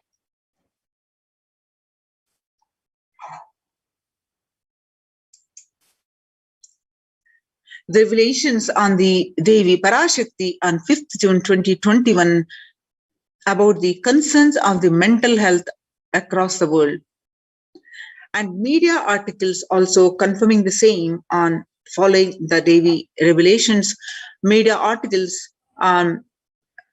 according to the global news on 6th June 2021, psychiatric symptoms like depression, anxiety exhibited by the COVID-19 patients. According to a new study, neurological symptoms like depression and anxiety are also showing to be common in those who have contracted COVID-19. BMC Psychology, Impact of COVID-19 on the Mental Health of US College Students. Results indicate that students closer to graduating faced increases in anxiety, about 60.8%, feeling of loneliness, about 51.1%, and depression, about 59.8%, and many reported worries for the health of loved ones. The most impacted their mental health stated about 20.0%, and they need to take care of the family most affected current and future plans, about 31.8%. Almost one half of the students took to exercising and other remedies. The rates of anxiety and depression among the college students continue to soar, the researchers say. Researchers at the Dartmouth College, who have tracked the moods and the behaviors are about 200 college students for 4 years, say stress levels are at their highest. When they entered the school as a freshman in 2017, in the hopes of understanding how they behave, they have seen students' stress levels rise and fall, usually in tandem with the midterm and final exams. But since the onset of the coronavirus pandemic, rates of depression and anxiety have soared and have showed no signs of coming down, said the Andrew Campbell, a researcher and computer science professor. Coronavirus is a psychological trauma and PTSD event. Much has been said about the mental health crisis that is occurring related to the coronavirus pandemic. Much of this information has focused on the all-consuming anxiety, panic, and we are experiencing. While this is important and needs to be at the forefront of discussions, something that has not been discussed is the psychologically traumatic nature of what our nation and our world is experiencing. The increased prevalence of post-traumatic stress disorder is expected to emerge as a primary factor driving the growth of the global post-traumatic stress disorder therapeutics market over the period of assessment. The global stress disorder, the post-traumatic stress disorder, PTSD, therapeutics market, what it was in 2019 and what it's going to be in 2027, there is a raise in 11.91%. According to the CNN by the United Nations, there is a high prevalence in countries across the globe due to the coronavirus pandemic. According to the United Nations and the World Health Organization, the impact of the pandemic on the people's mental health is already extremely concerning. World Health Organization Director General Tedros Adhanom said in a news release recently.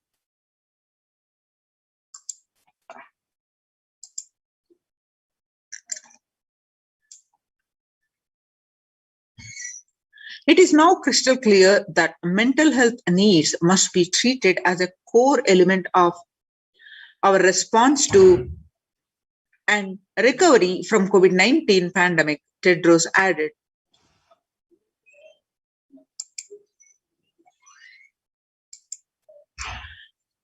And the solutions are: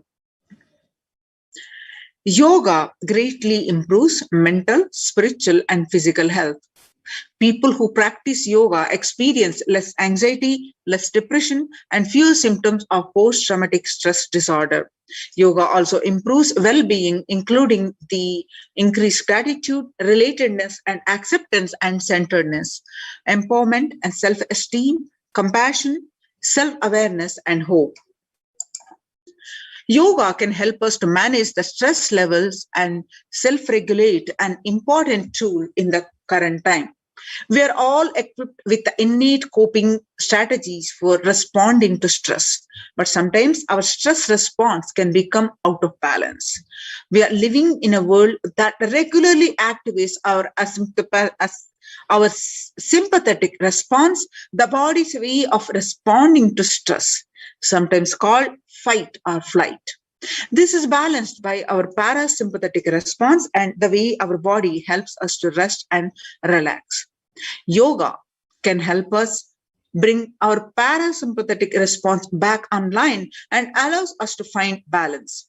Activating our parasympathetic response brings us into a more restful space and allows us to find calmness, connection, and compassion. The deep mindful breathing of yoga and meditation stimulates the vagus nerve, which activates the parasympathetic nervous system and supports the self-regulation and stress management. Yoga is now being used as an empirically based treatment, often in combination with other interventions which benefit for both physical and mental health. Many clinicians are recommending yoga as it may help support the effectiveness of the traditional treatment approaches.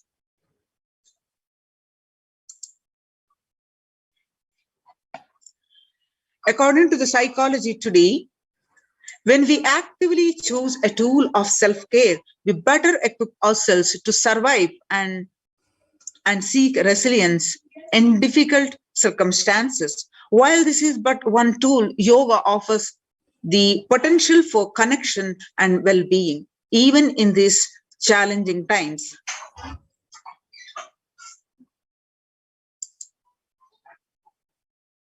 Spirituality benefits mental health.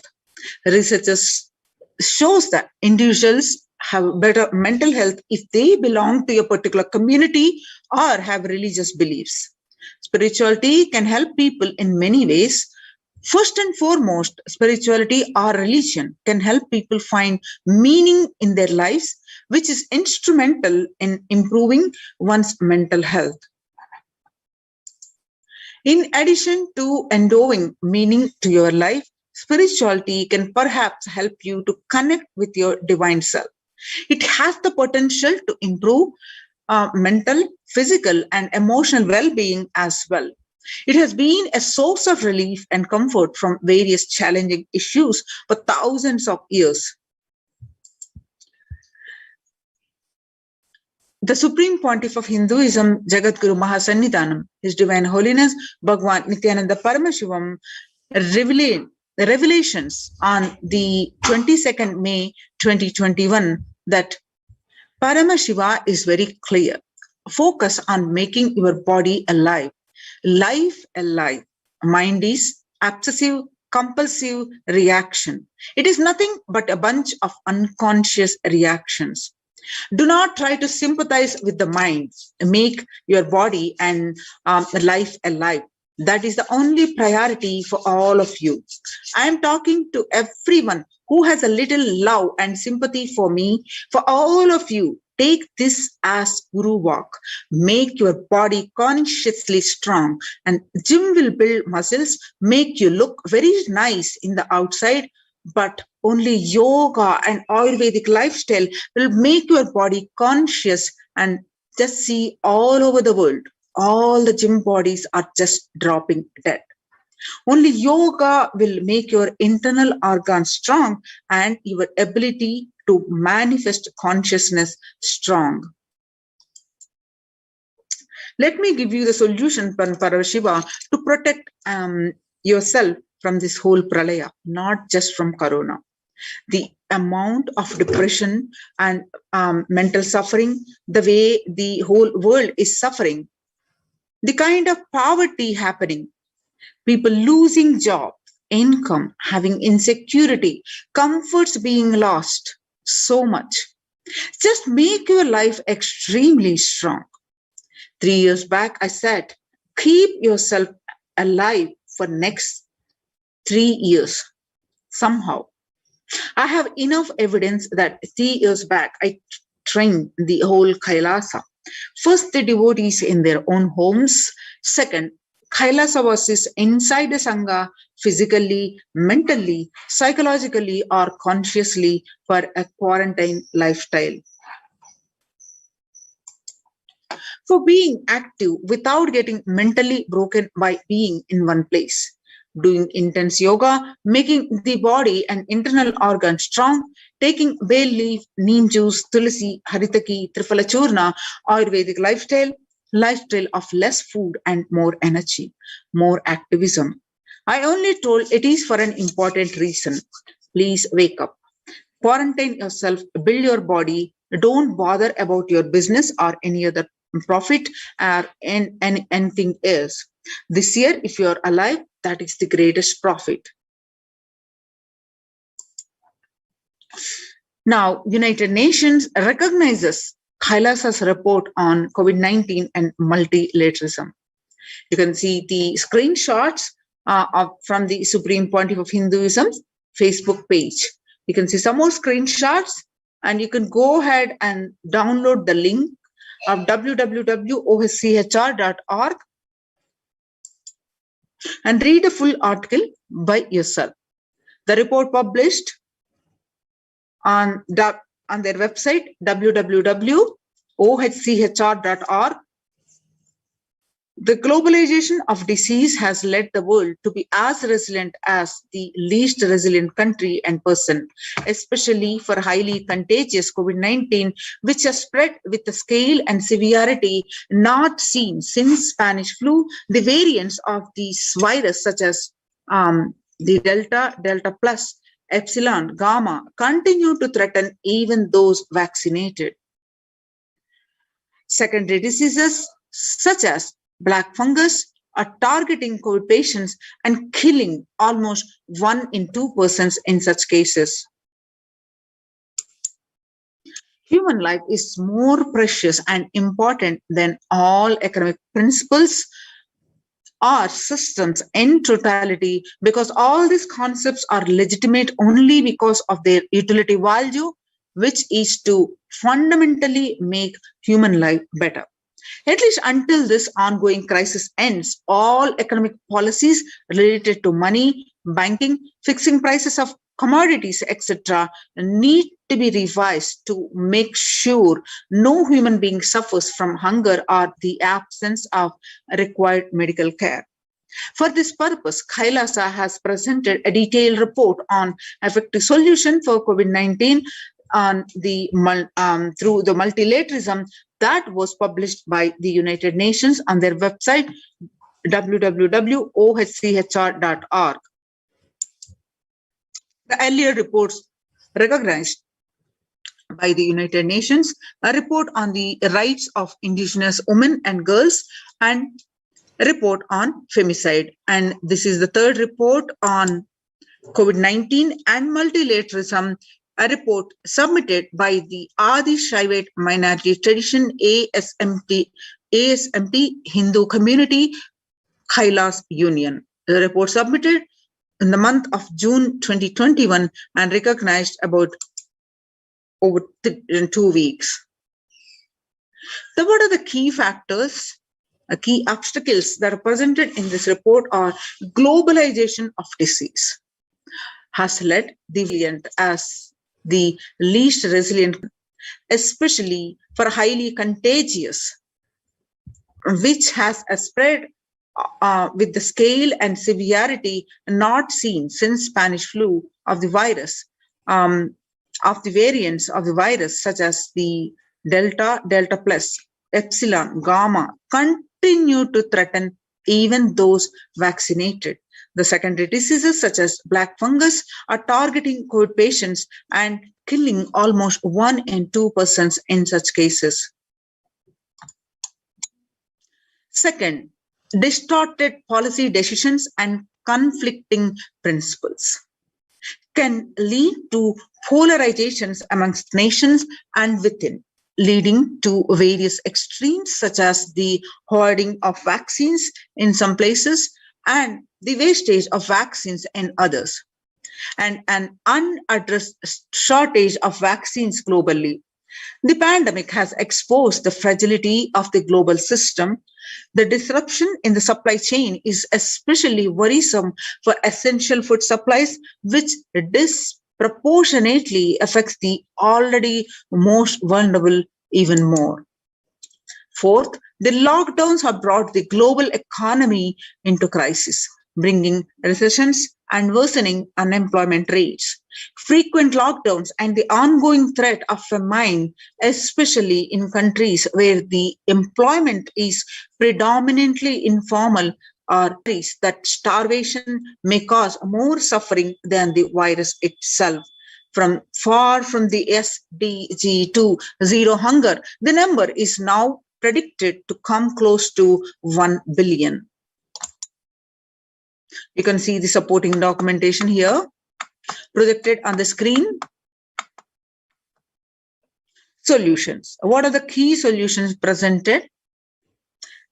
First, revised economic principles or policies.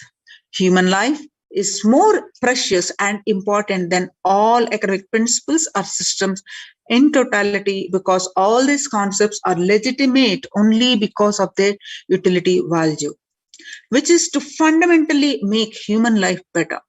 At least until this ongoing crisis ends, all economic policies related to money, banking, fixing prices of commodities, etc., and make sure no human being suffers from the hunger or the absence of required medical care.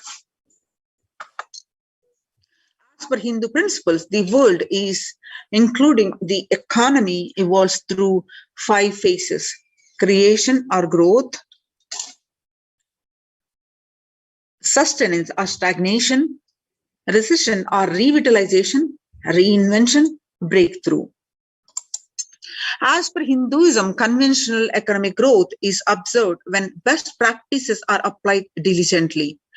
However, during the times of crisis led us to the 4th and 5th phases, wherein the need to reinvent and deliver a breakthrough becomes both a survival need and an opportunity to surpass any means and measures of conventional economic growth. According to the key nations, increased public expenditure during the Great Depression of 1929 improved the economy. However, the government never completely gave up trying to balance the budget, which resulted in it never spending enough to bring the economy out of recession until the Second World War. Similarly, the current crisis requires governments and to temporarily discard trying to balance the economic interests that compromise quarantine safety and put human life at risk, and rather reinvent their economic strategies and multilateral coordination for benefiting during the subsequent breakthrough period after the end of the crisis. The next solution presented is Hindu multilateralism. There is an immense inequality in the capacities of governments, organizations, and people in 2 groups. 1, health response. 2, economic recovery. Surviving the highly contagious COVID-19, where the world is only as resilient as the least resilient country and person,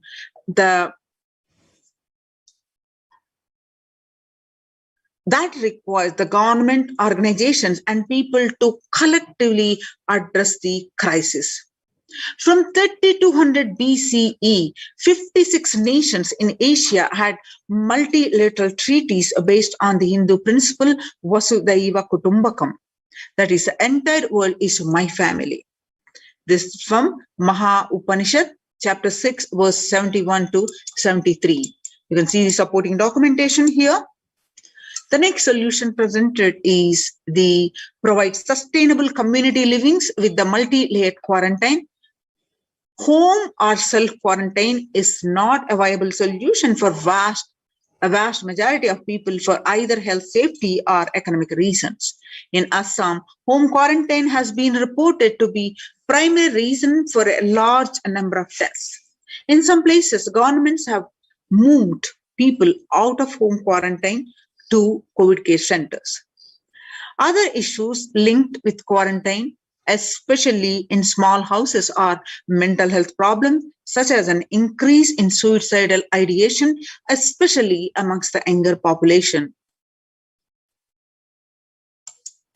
This requires a friendly quarantine setups which are self-sustained and sufficient in terms of food stock and supplies, recreation, employment, education, etc.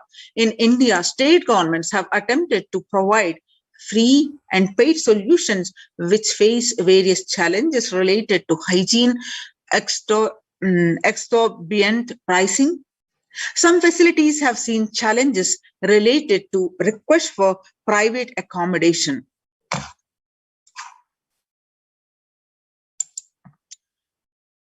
Experimental townships such as Aravalli have demonstrated a fair amount of success in creating a friendly, safe, compliant quarantine facility. However, solutions such as Aravalli are not open to public. For 2 decades, the leader of the ASMT Hindu community, the Supreme Pontiff of Hinduism, Jagadguru Mahasannidhanam, His Divine Holiness Bhagwan Nithyananda Paramashivam, creating townships like Aravalli across more than 100 cities in several countries. Most of these townships, such as the ASMT Monastery India, Bangalore, have been open to offer multi-layer quarantine as a free public service with free food accommodation, free internet to work from home, and that is monastery. The ASMT community has seen a fair amount of success in these townships with 0 reported cases of COVID infection in the past 2 years and has already saved many lives. The Supreme Pontiff of Hinduism, Nithyananda Paramashivam, has urged citizens worldwide, especially from religious regions severely affected by the pandemic, to protect themselves as the topmost priority and avail these free quarantine facilities that the community has created, especially as the home quarantine has failed for many and is known to be a primary reason for a large number of deaths in many scenarios. The Supreme Pontiff of Hinduism, Nithyananda Paramashivam, has emphasized the need and urged the government worldwide to provide food, safety, medical care, shelter, and all survival needs to all human beings under their care with absolute multi-layer quarantine until the coronavirus is eliminated from planet Earth, including all different strains of the disease. You can see the supporting documentation here. The next is educate citizens on individual pandemic management. Unlike various pandemics, the current era provides active, real-time visual information about the fatalities. Underreporting of this data may give a false hope, may make people reckless. Exaggerations in reporting can also make people reckless, as they may feel eventual death due to a coronavirus is inevitable.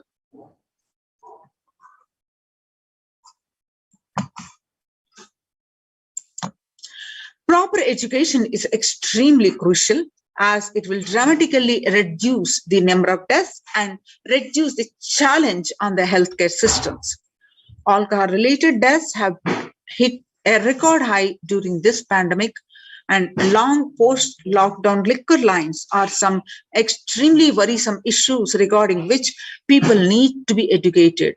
As a top priority, people need to be given confidence in their life and security about their future for them to stop behaving recklessly or fall into depression and commit suicide. The next solution presented is leveraging the best of different economic systems based on the charity, barter, and money. Ancient Hindu economic treatise by Paramashiva, the primordial Hindu divinity, describe three kinds of economic systems and their principles. First, for things that do not perish by sharing, such as education and knowledge, Paramashiva recommends that no fee be charged. For survival needs such as food and healthcare, barter and charity are recommended.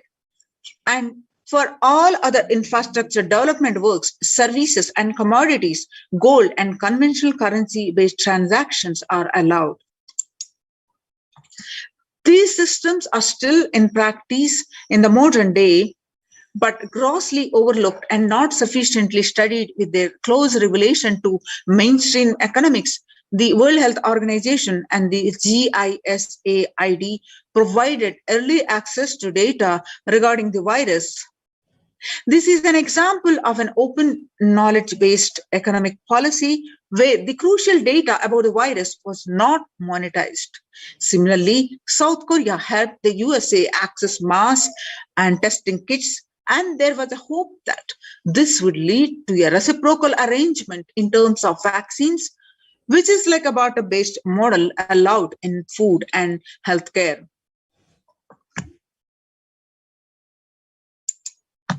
Next solution presented is Hindu policies for food security, a highly effective concept for ensuring food security in ancient Hindu nations was that of food grain banks. These were prevalent until the 18th century. The elderly in villages would start food grain banks with the seed capital of grains collected by fundraising. If any person met with a crisis such as the crop failure, the food grain bank would lend him grains in exchange for an interest. The compound interest was prohibited in grain banks.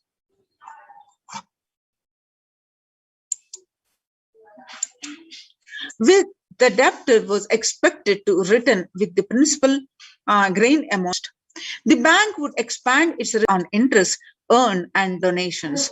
At the time of severe crisis such as famine, and the entire village would be able to withdraw these grains, and if required, all such grain loans would be written off on humanitarian grounds.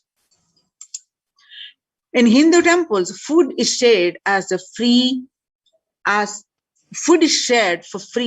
a policy. This was the case in both ancient times and in modern times. For 27 years, every month, the Hindu ASMT community has served more than 3 million free organic meals, and in religious gatherings to everyone without discrimination, and has served over 1 billion free meals in total.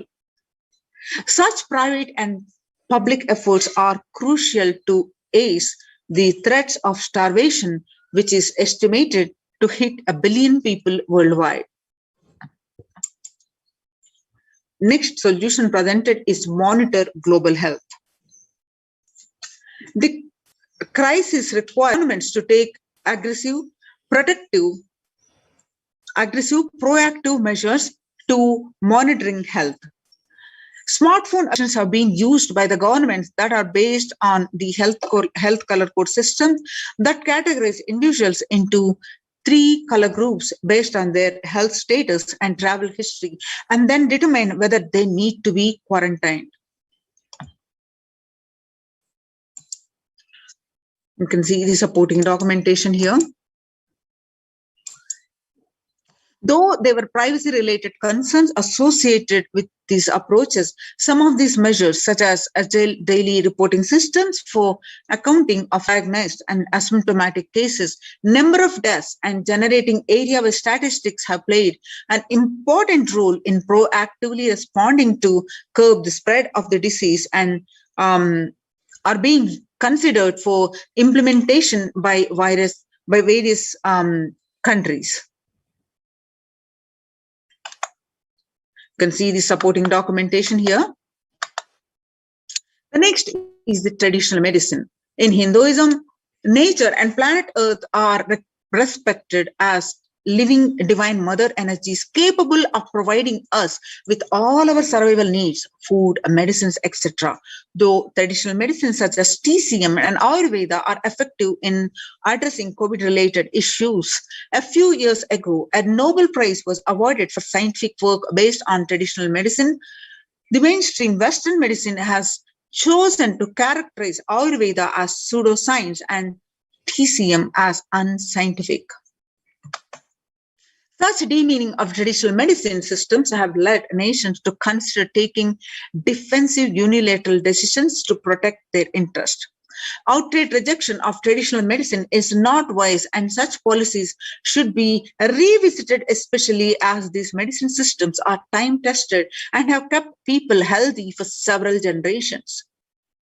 Kailas Union recommends governments worldwide to provide solutions like Kailasa's Hindu medicine, which includes completely free of charge services such as Ayurveda, Yoga, Siddha, Western medicines, and quarantine for complementing their ongoing public health efforts. Intellectual Treaty for Pandemic Preparedness. The international multilateral negotiations and treaties should consider the multilateralism based on the spirit of Vasudhaiva Kutumbakam, that is, the entire world is my family. Second, the prioritizing importing education and individual pandemic management and giving hope to people. Third, the multilateral strategies and coordination for the pursuance of SDG 11, the sustainable cities and communities with additional emphasis on multi-layered quarantine. The waiver of patents on extremely essential vaccines and common global funding of vaccines.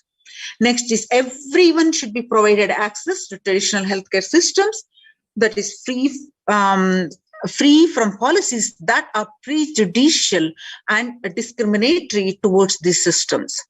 The creation of food grain bank systems and other traditional economic systems as described in this report would help the most vulnerable people of the world protection without disrupting life and economy such that the effects of lockdown are unnoticeable. You can see the supporting documentation here.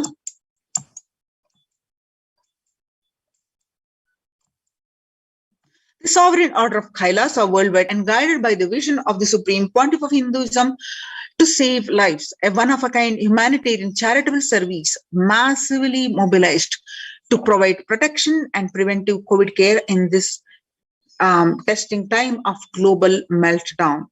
Through the initiative, Kailasa has been consistently supporting people through free food banks, that is Annadanam, free medical care, and many more services. The impact of mental disorders and lack of spiritual strength during a humanitarian crisis are often difficult to access and inflict lasting damage. To assuage this, Kailasa is offering spiritual programs, temple events, and spiritual healing online. So Kailasa's recommendations on COVID-19 and multilateralism will be presented at the United Nations General Assembly and Human Rights Council.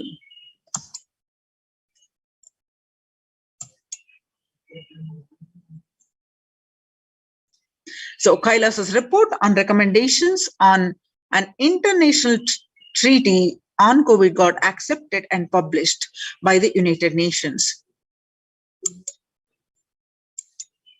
So join these COVID care protection centers, which is now recognized by the United Nations. Register now through the link below, https://kailasa.org/Kailasa care.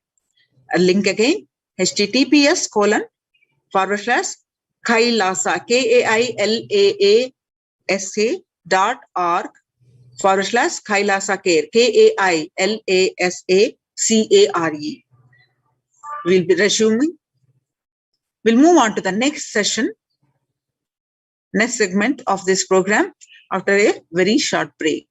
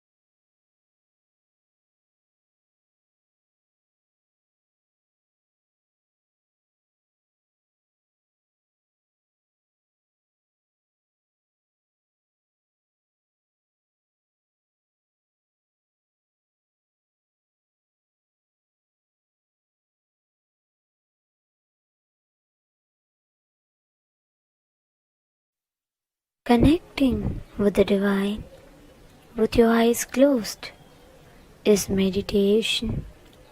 Connecting with the divine with your eyes open is darshan. Come, let us all now move from meditation to darshan. Slowly, very slowly, please open your eyes.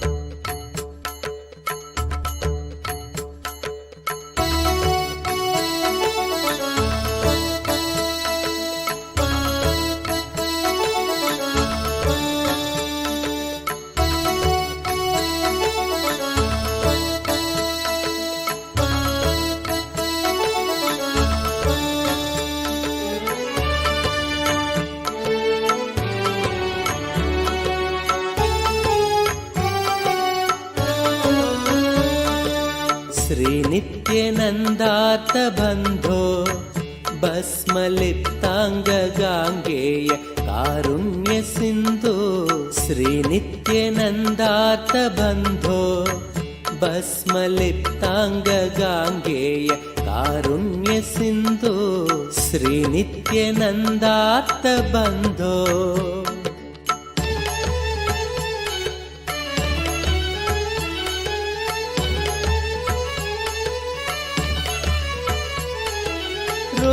रुद्राक्षधारिन् नमस्ते रौद्ररोगं हरत्वं परारेर्गुरोर्मे रुद्राक्षधारिन् नमस्ते रौद्ररोगं हरत्वं परारेर्गुरोर्मे राकेन्दुवक्त्रं भवन्तं माररूपं कुमारं भजे कामपूरम् राकेन्दुवक्त्रं भवन्तं माररूपं कुमारं भजे कामपूरम् श्रीनित्यानन्दा नमस्ते गुरुनित्यानन्दा नमस्ते श्रीनित्यानन्दा नमस्ते गुरुनित्यानन्दा नमस्ते श्रीनित्यानन्दार्थ बन्धो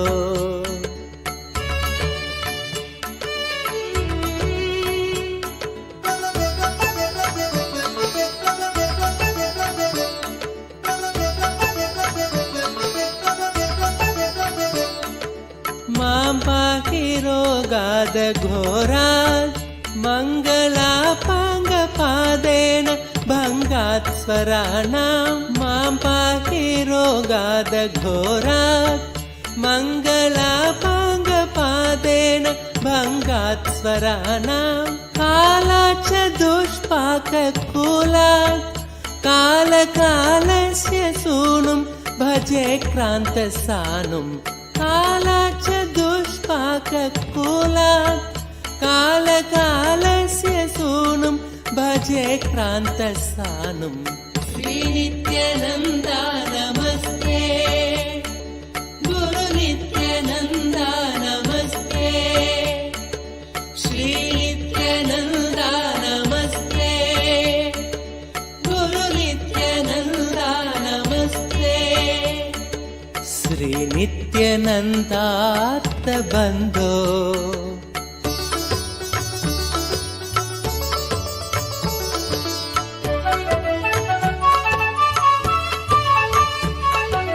ब्रह्मादयो यस्य शिष्या ब्रह्मपुत्रा गिरौ यस्य सोपानभूता ब्रह्मादयो यस्य शिष्या ब्रह्मपुत्रा गिरौ यस्य सोपानभूता सैन्यं सुराक्ष्मापि सर्वे सामवेदादिगेयं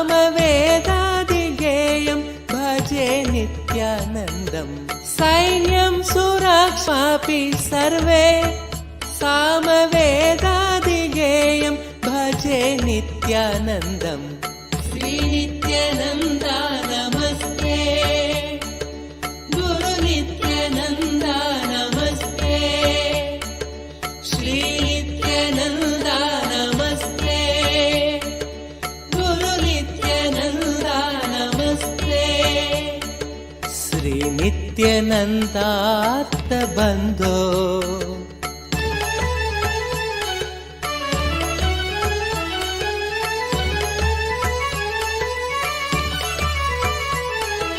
ಕಾಷಾಯ ಸಂವೀತ ಗಾತ್ರಂ ಕಾಮರೋಗಾದಿ ಸಂಹಾರಿ ಭಿಕ್ಷಾನ್ನ ಪಾತ್ರಂ ಕಾಷಾಯ ಸಂವೀತ ಗಾತ್ರಂ ಕಾಮರೋಗಾದಿ ಸಂಹಾರಿ ಭಿಕ್ಷಾನ್ನ ಪಾತ್ರಂ ಸಂಪೂರ್ಣ ನೇತ್ರಂ ಶಕ್ತಿಹಸ್ತಂ ಪವಿತ್ರಂ ಭಜೆ ನಿತ್ಯಾನಂದಂ ಕಾರುಣ್ಯ ಸಂಪೂರ್ಣ ನೇತ್ರಂ ಶಕ್ತಿಹಸ್ತಂ ಪವಿತ್ರಂ ಭಜೆ ನಿತ್ಯಾನಂದಂ ಶ್ರೀ ನಿತ್ಯಾನಂದ ನಮಸ್ತೆ ಗುರು ನಿತ್ಯಾನಂದ ನಮಸ್ತೆ ಶ್ರೀ ನಿತ್ಯಾನಂದ ನಮಸ್ತೆ ಗುರು ನಿತ್ಯಾನಂದ ನಮಸ್ತೆ ಶ್ರೀ ನಿತ್ಯಾನಂದಾರ್ಥ ಬಂಧೋ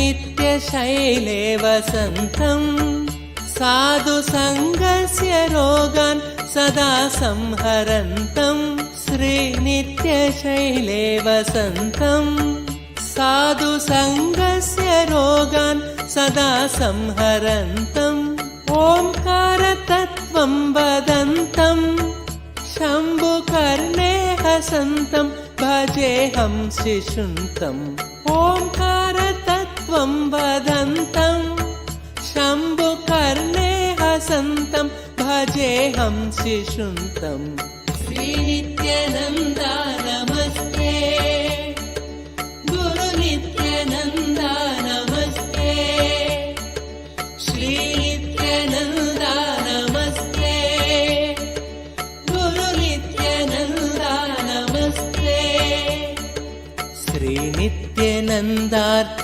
बन्धो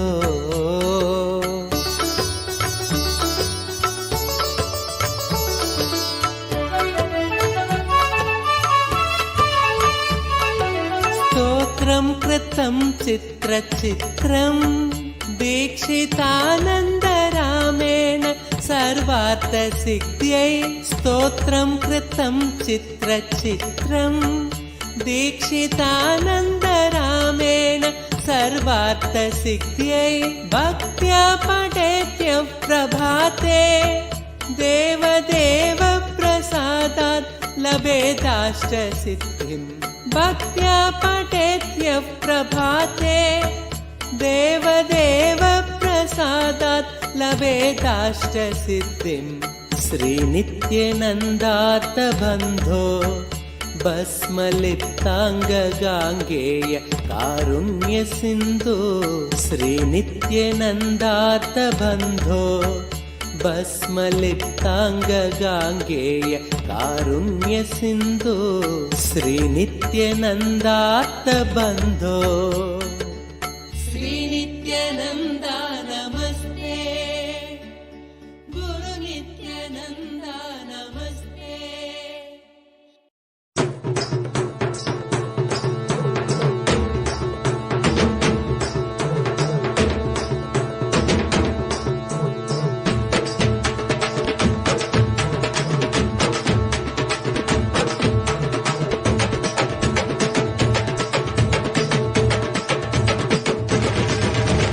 வெள்ளிமலை கைலை விட்டு நித்யானந்தனே தங்கமலை அருணை வந்தாய் நித்யானந்தனே வெள்ளிமலை கைலை விட்டு நித்யானந்தனே தங்கமலை அருணை வந்தாய் நித்யானந்தனே நித்யானந்தனே நீ பரபிரம்மானந்த ஞானி ஆனந்தானுபவத்தை இங்கு அருள வந்த சாமி நித்யானந்தனே நீ பரபிரம்மானந்த ஞானி ஆனந்தானுபவத்தை இங்கு அருள வந்த சாமி நித்யானந்தனே தங்கமலை அருணை வந்தாய் நித்யானந்தனே வெள்ளிமலை கைலை விட்டு நித்யானந்தனே தங்கமலை அருணை வந்தாய் நித்யானந்தனே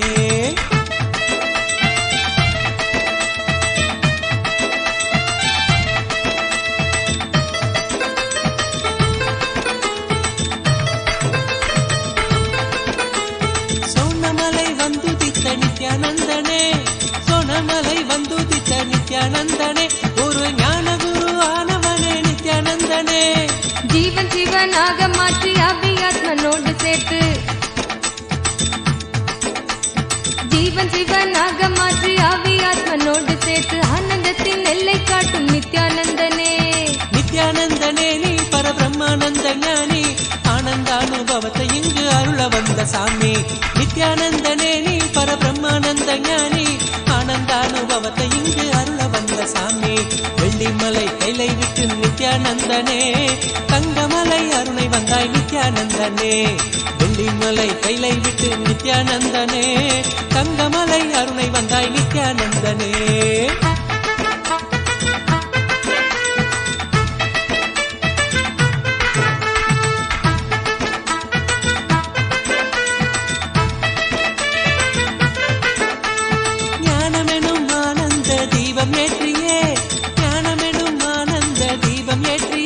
எங்கள் வாழ்வில் இன்ப ஜோதியான நித்யானந்தனே அகந்தையற்ற காம குரோதம் அனைத்தும் இங்கு மாய்ந்து போக அகந்தையற்ற காம குரோதம் அனைத்தும் இங்கு மாய்ந்து போக தியானந்தனை தானமாக தந்த தெய்வமே நித்யானந்தனே நீ பரபிரம்மானந்த ஞானி ஆனந்தானுபவத்தை இங்கு அருள வந்த சாமி நித்யானந்தனே நீ பரபிரம்மானந்த ஞானி ஆனந்தானுபவத்தை இங்கு அருள வந்த சாமி வெள்ளிமலை கைலை விட்டு நித்யானந்தனே தங்கமலை அருணை வந்தாய் நித்யானந்தனே வெள்ளிமலை கைலை விட்டு நித்யானந்தனே தங்கமலை அருணை வந்தாய் நித்யானந்தனே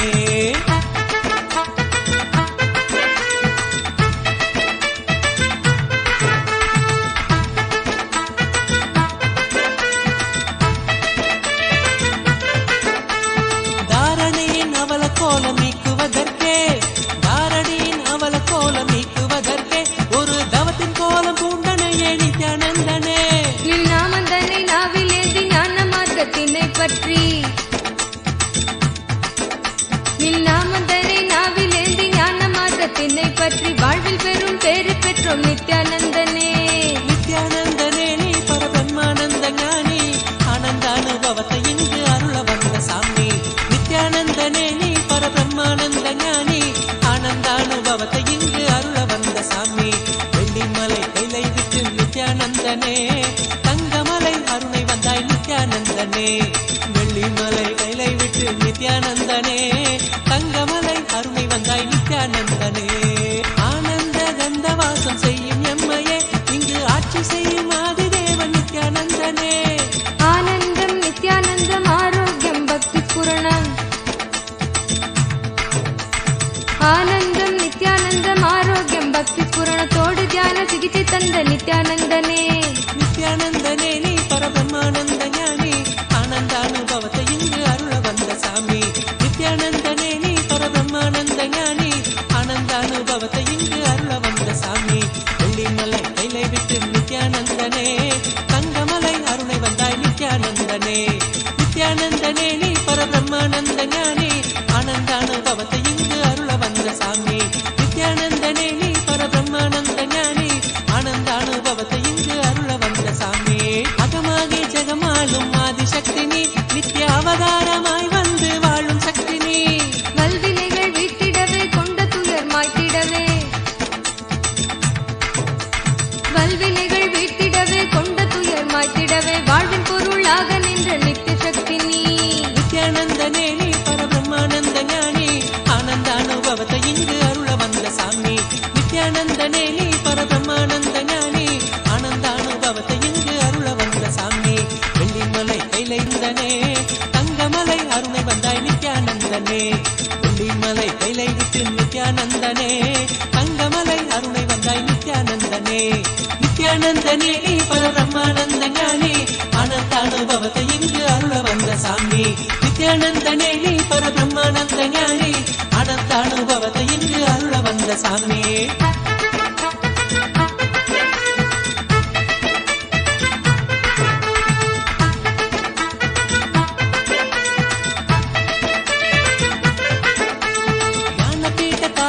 நித்யானந்தனே எங்கள் வாழ்வில் சாரமானவனே நித்யானந்தனே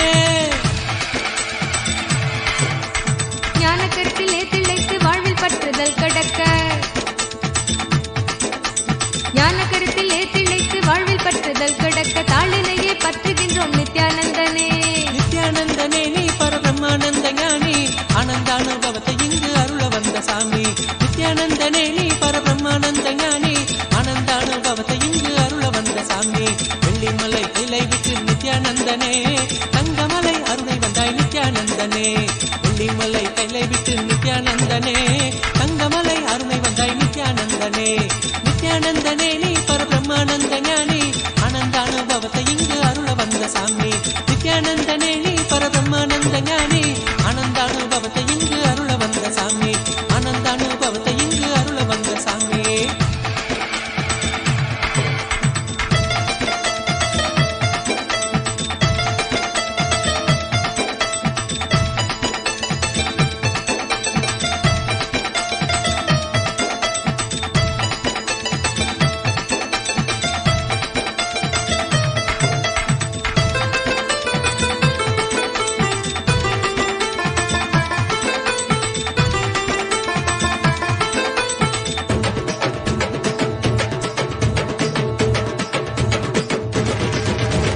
வெள்ளிமலை கைலை விட்டு நித்யானந்தனே தங்கமலை அருணை வந்தாய் நித்யானந்தனே. வெள்ளிமலை கைலை விட்டு நித்யானந்தனே தங்கமலை அருணை வந்தாய் நித்யானந்தனே. நித்யானந்தனே நீ பரபிரம்மானந்த ஞானி ஆனந்தானுபவத்தை இங்கு அருள வந்த சாமி. நித்யானந்தனே நீ பரபிரம்மானந்த ஞானி ஆனந்தானுபவத்தை இங்கு அருள வந்த சாமி. வெள்ளிமலை கைலை விட்டு நித்யானந்தனே தங்கமலை அருணை வந்தாய் நித்யானந்தனே. வெள்ளிமலை கைலை விட்டு நித்யானந்தனே தங்கமலை அருணை வந்தாய் நித்யானந்தனே.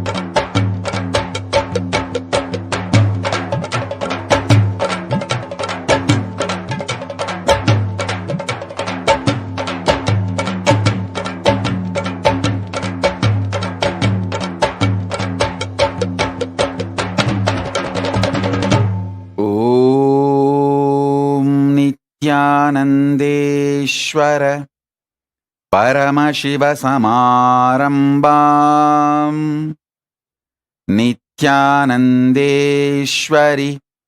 परमशक्तिमध्यमाम् अस्मदाचार्यपर्यन्ताम् वन्दे गुरुपरम्पराम्.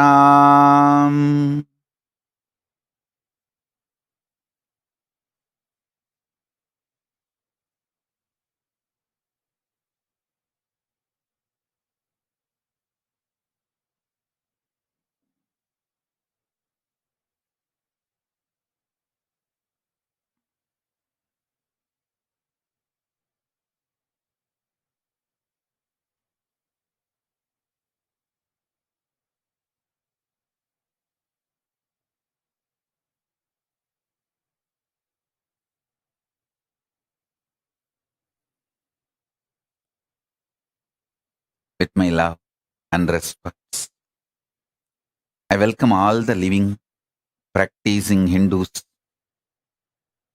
everyone sitting with us all over the world. I welcome all of you with my love and blessings. Paramashiva's message from Kailasa. Listen.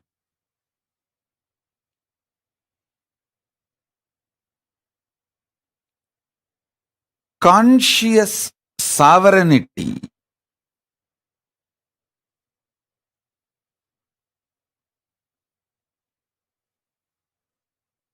not only brings you the freedom, it brings right purpose for your freedom. Not just health, right reason why you should be healthy. Not just wealth, right reason why you should be wealthy. Not just freedom, right reason what for you need freedom, what kind of freedom you need. Understand? Not just powers, what kind of powers you need for your fulfillment. Not just freedom, bringing the purpose for your freedom. Not just bliss, bringing the purpose for your existence. I tell you, the beauty of conscious sovereignty is the moment you hear this truth, get initiated, your inner space expands to that level. You can never go back to the old past, same old personality or identity. You can never back to be same old. That is why that initiation is always called, Shakti Pada is always called, giving you second birth, rebirth. Initiated one who got the Shakti Pada is called Dvija, reborn. Because once you receive Shakti Pada, you can never go back to the same old existence, same old identity. Once in a while you can have mood swing, that's your freedom. But you can never go back to be the same person. Listen.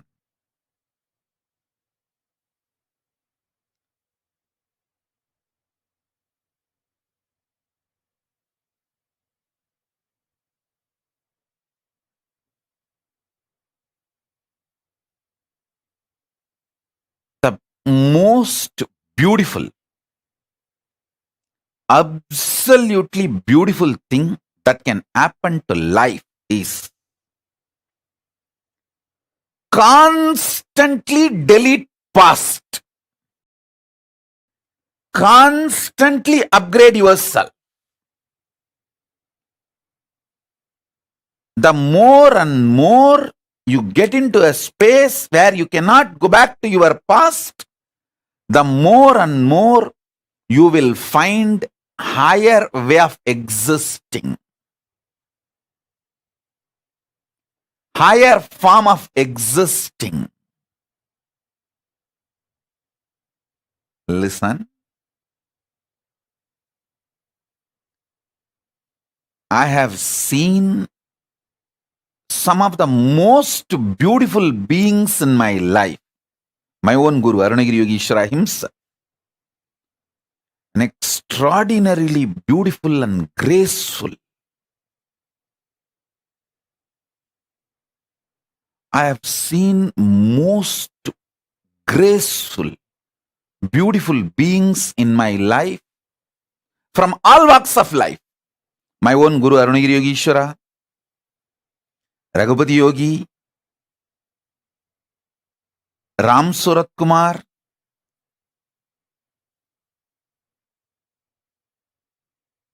at least all these names I uttered, they are all not bound by certain responsibility or organized living.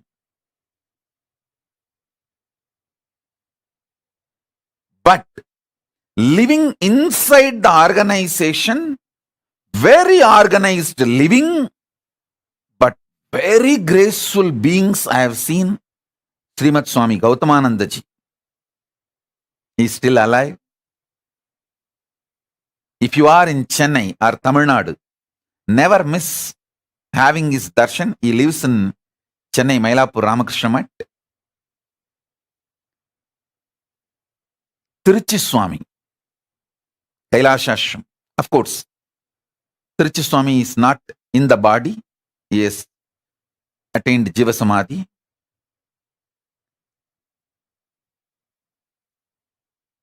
Some of these beings, especially Srimad Swami Gautamanandaji, is within the organization. Very organized living. But I have seen him in close quarters.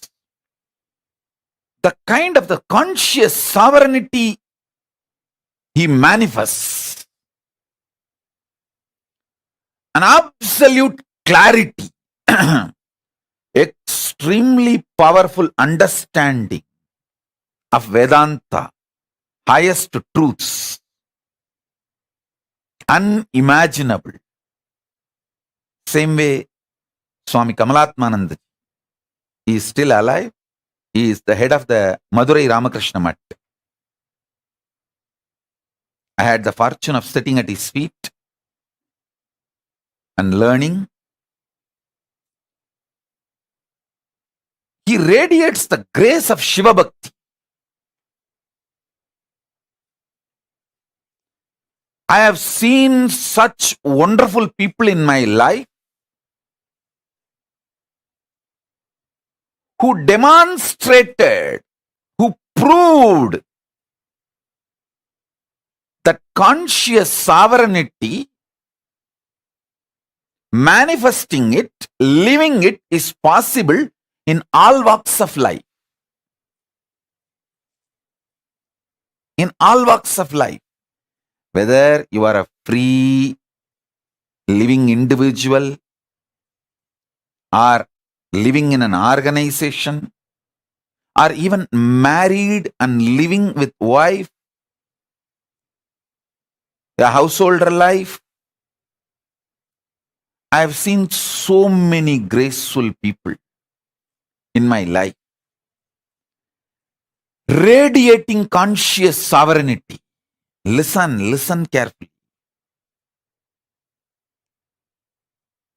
Some of the greatest revelations I received from my Guru, Arunagiri Yogeshwara. And when I started implementing it in my life,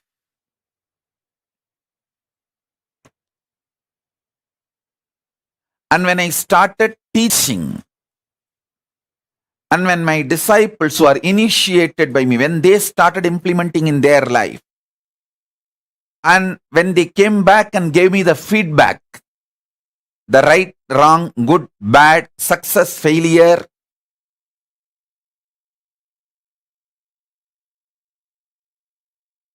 compilation of all this knowledge, the essence of all this I am sharing with you all. So listen, understand. Three things I wanted to convey.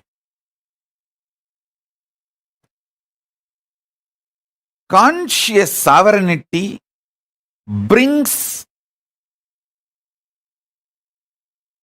not just health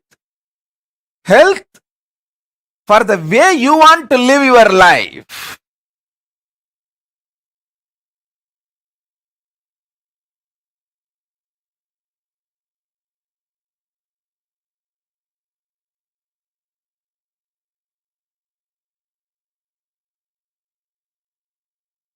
Conscious sovereignty not just brings freedom, it brings freedom with a purpose. For example,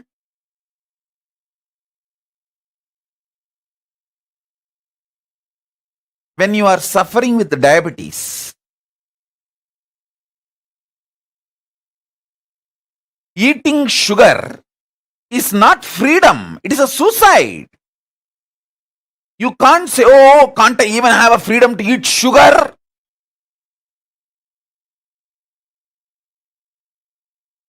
People cry, saying, are they kept in prison? Don't they have the freedom to eat sugar? Hey, listen. When you are having diabetic, freedom to eat sugar is not freedom, it is suicide. Freedom to have the food for your tasty way is freedom.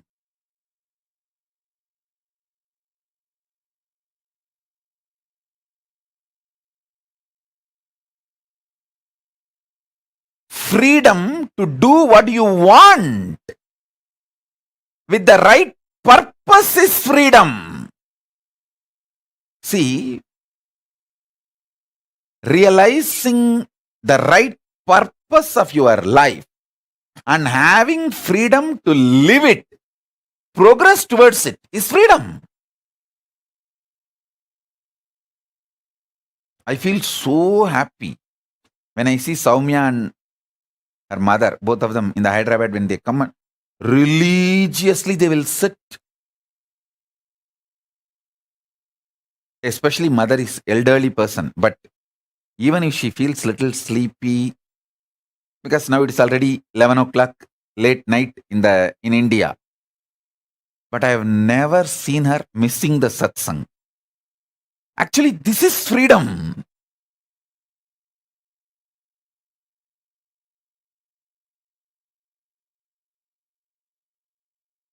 Even some of the Adinavasis are not that regular. They try to crib, saying, oh, are we put in jail or what? Anytime the satsang, we will have to come and sit or what? 11 o'clock, are we not having freedom to sleep? Hey, when there is a satsang going on, if you have all the infrastructure and you are freed from all other work or responsibility to is the real freedom.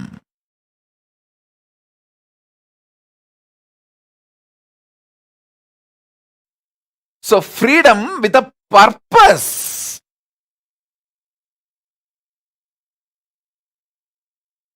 Understand? Freedom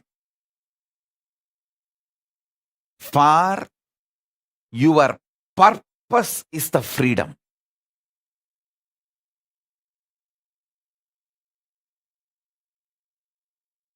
Health for your purpose is health.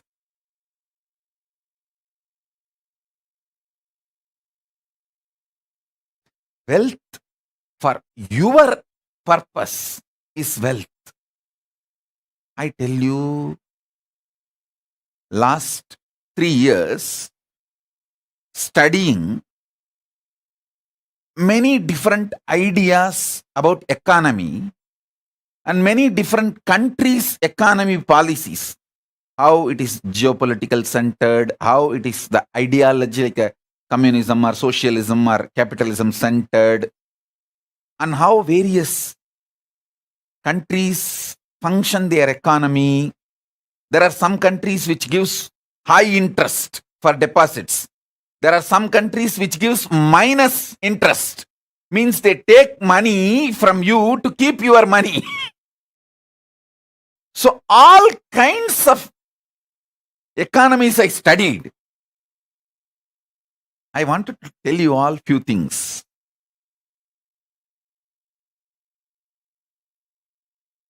It is actually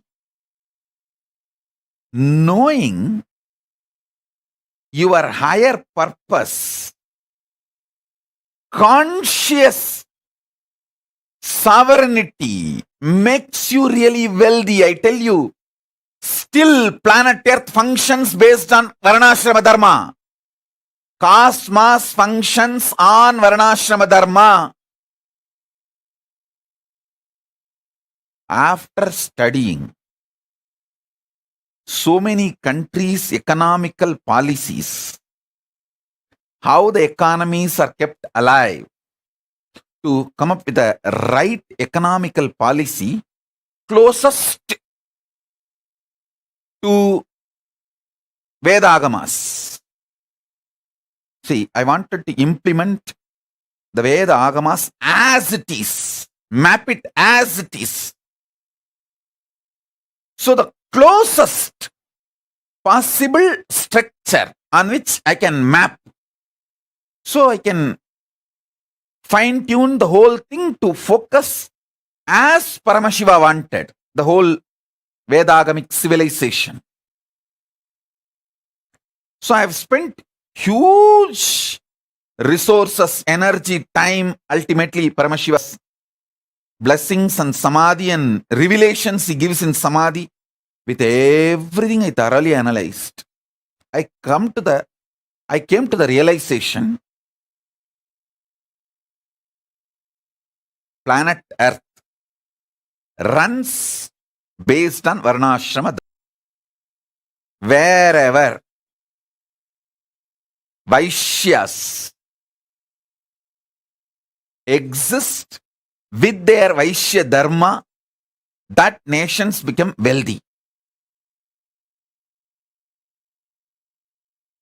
The economical intellectuals, their thought currents, and the ecosystem they want to nourish. I am studying the Japanese economical intellectuals and the ecosystem they are nourishing. The US economical intellectuals and the ecosystem they are nourishing. The Indian economical intellectuals and the ecosystem they are nourishing. All this I studied. Finally, I realized, I could see clearly what exactly Paramashiva revealed in Vedas and Agamas and penned down in Dharmashastras. That exact Varnashrama Dharma is the most successful strategy for life. I was studying elaborately.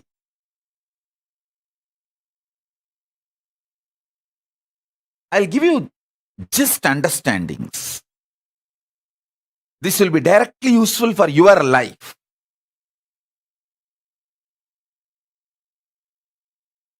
There are many countries which attract the which is not needed for them. Those investments become load on them, and then they try to lend with less interest rate just to rotate that money and keep that money circulating because they don't know what to do. And those loans become NPAs, non-performing assets, in 3 to 5 years. It's a vicious circle. They are caught in vicious circle, having wealth without purpose. The conscious sovereignty is not nourished. Listen. If the conscious sovereignty in you is nourished, you build muscles, not fat. You build strength, not load. Same way in your economic principles. I am not saying money is bad. Be very clear. Money is good when you have the purpose. If not, you will not know what to do with it. I have always seen how the Indian middle class people think, first let me become engineer, then I will think what I want to become in my life. By the time you become engineer, you are already a fool and you don't know what to do with your life. And you don't even, see, actually after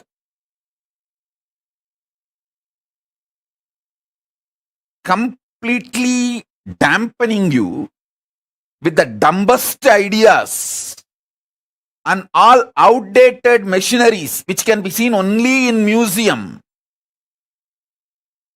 Only those machines you will see in your workshops when you study engineering. The great museum pieces. Only after all this is done, the certificate engineer is given to you. So by the time you absolutely develop the mentality of extremely non-involving and lazy, and your expectation, just because you are here, the society should serve you. That mentality is the source of all corruption you find anywhere in the world. Anywhere in the world.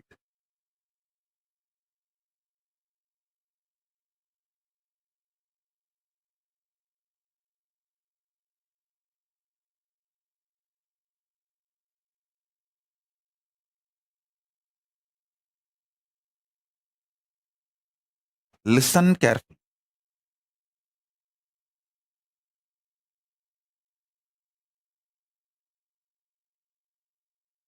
Many times, just like Indian middle class mind thinks, oh, let me become first engineer, then I'll think what I want to become, what I want to do in my life. Same way, you guys think, let me first just acquire money, then I will do what I want to do with that money. No. First, have conscious sovereignty. The society has become such now, none of you are in poverty and none of you are going to die without food.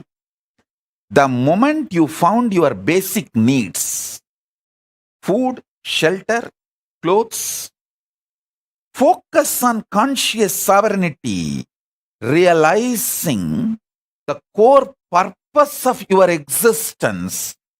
That will tell you the purpose for which you want wealth. So when you start working for wealth itself, you will continue to full purpose. So your life itself will be a joy. Your path and goal will be one and the same. You will be enjoying the very path, not waiting for the goal to celebrate your life. The path itself becomes celebration. I tell you, person who made path itself as a celebration lives in eternal vacation. See, I live in eternal vacation.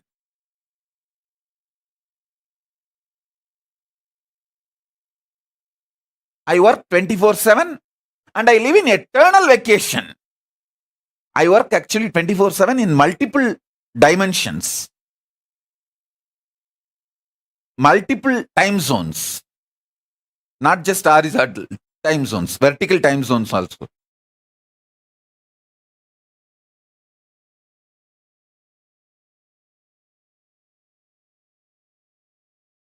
Understand,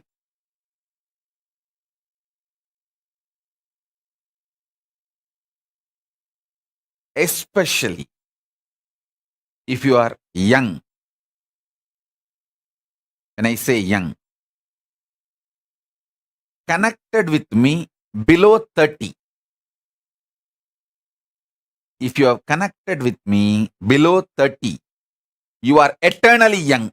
I will never let you age. I don't like getting aged. I like getting matured, but I don't like getting old or getting aged. So I will not do anything to you which I don't like. I will keep you eternally young. Before 30, you are blessed. This is the time to find conscious sovereignty. Focus on that. If you met me before 30, I make you 16 and keep you 16 ever. Listen. When you find the idea of conscious sovereignty, you will never do the stupidity of questioning your life. Oh, why can't I eat sugar? Eating sugar is not wrong. But when you have diabetes, eating sugar is suicidal. So you are not controlled saying don't take sugar. You are protected with the understanding taking sugar is suicidal when you are diabetic. Even otherwise, taking sugar is not good for health. That is separate. I am telling you, and people think, let me find wealth, then I'll decide what I want to do. Hey, by the time you find wealth, you abused you and built a wrong mental setup. When will you break that? That breaking that becomes a big headache. I tell you, with conscious sovereignty, if you find wealth, you will live in absolute aparigraha. I tell you. Listen, I have seen some of the most graceful beings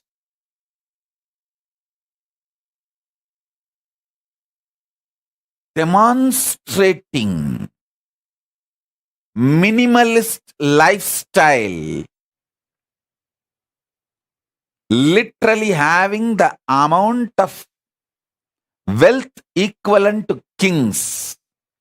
Whether Tiruchi Swami is the founder and head of the Kailasha Mahasamsthana in Bangalore, which has branches all over India.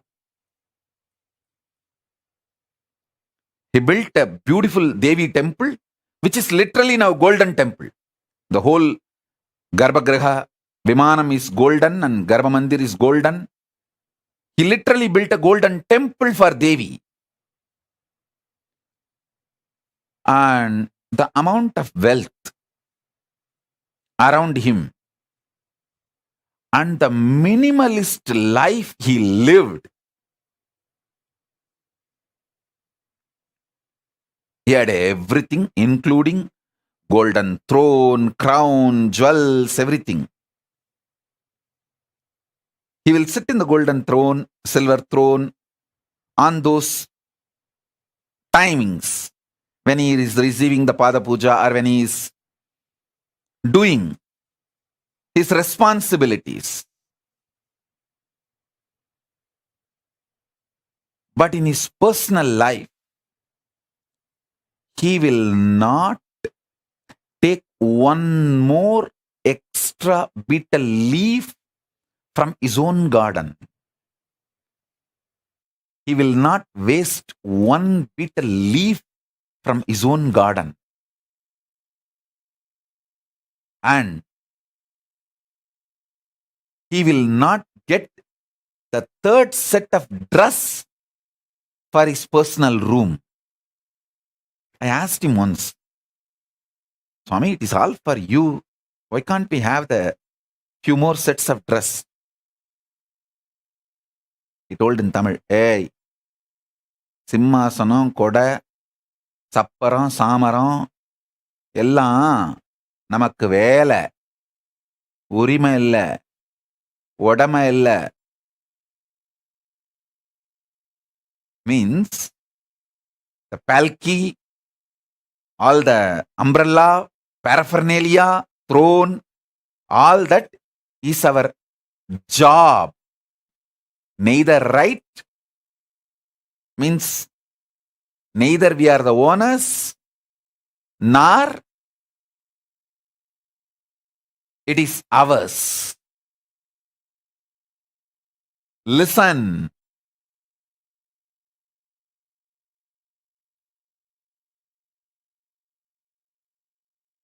When you find conscious sovereignty, you will have the ultimate clarity about wealth.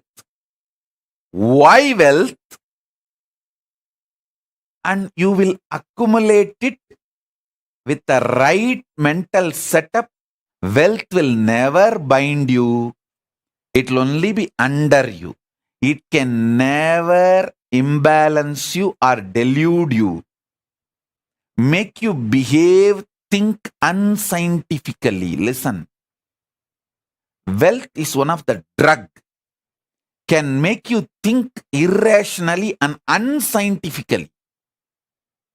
When the greed for wealth enters, you commit crimes which will not allow end of the day for you to enjoy the wealth, even if you acquire.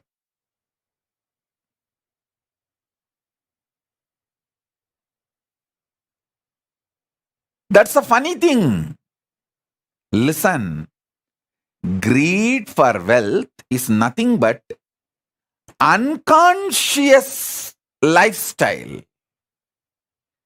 The conscious sovereignty will make you realize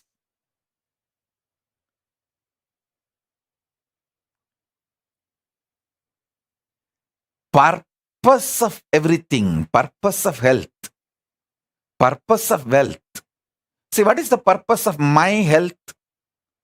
I should be able to sit in Padmasana for any number of hours I want to sit, and my brain should be fresh, alive, to download the Akashic records and radiate it, share it with you all. That's all is the purpose of my health. So because I know the purpose, I keep myself healthy for that purpose. Over.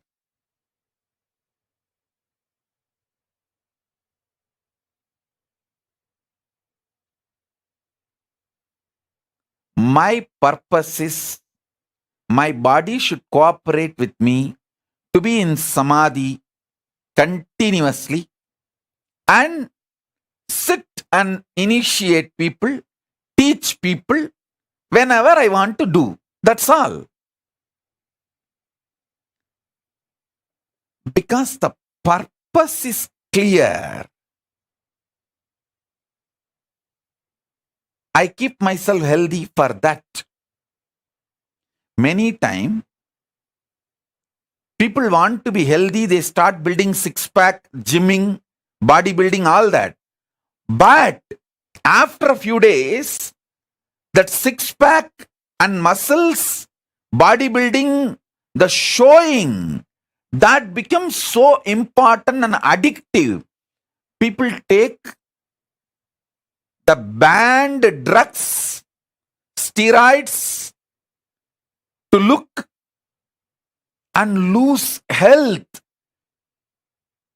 Please understand, there are many people who build body so unconsciously without knowing the purpose, they lose the body itself in the process of building the body. See how many bodybuilders die.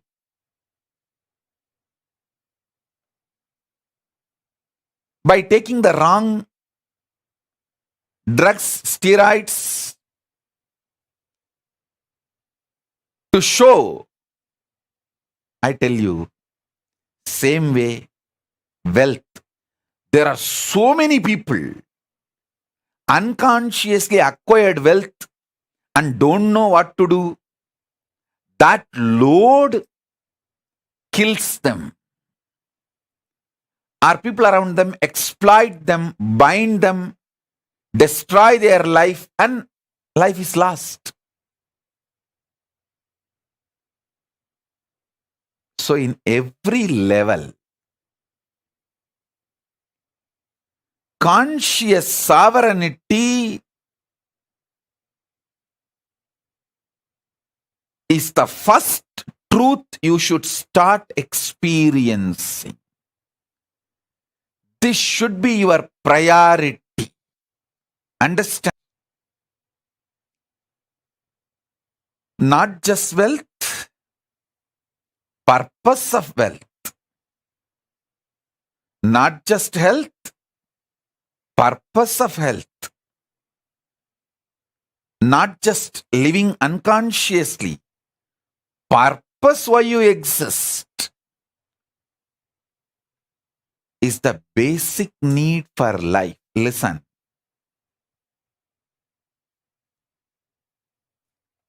Delusion is suicidal.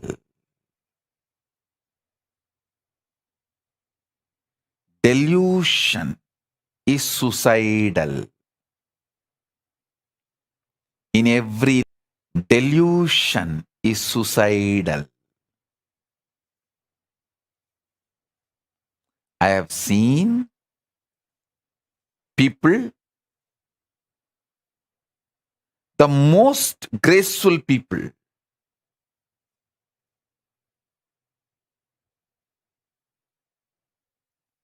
and I have also seen most stupid people. I have seen people not just talking something in the morning, talking something in the evening. Even in one conversation, the beginning they will talk some logic, and just in few statements they will completely opposite to the logic with which they started. I have seen sometimes people having one logic and talking for the other logic.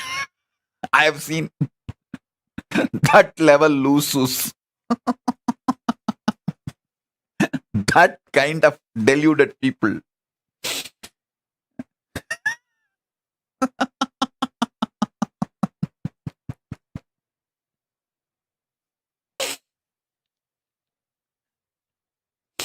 Those are the moments I feel passionate for myself.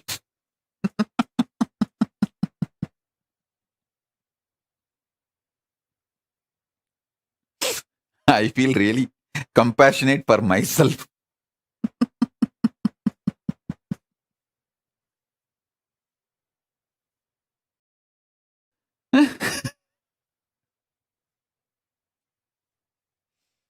Anyhow, I think now everyone feels, is this me? Is this me? Is this me Swamiji is talking about? Is Swamiji thinking of me and telling this statement? Is Swamiji thinking of me and telling this statement? Anyhow, listen. I have seen all kinds of people. With my experience, I wanted you to know, time spent on understanding conscious sovereignty is the best time spent. Understand? Listen.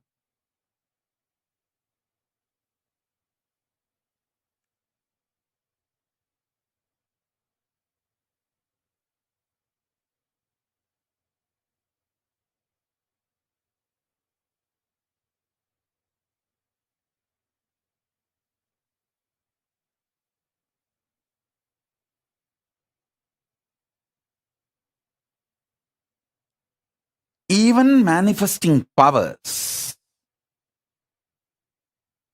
manifest the right power for your purpose. Understand? The purpose you want to exist.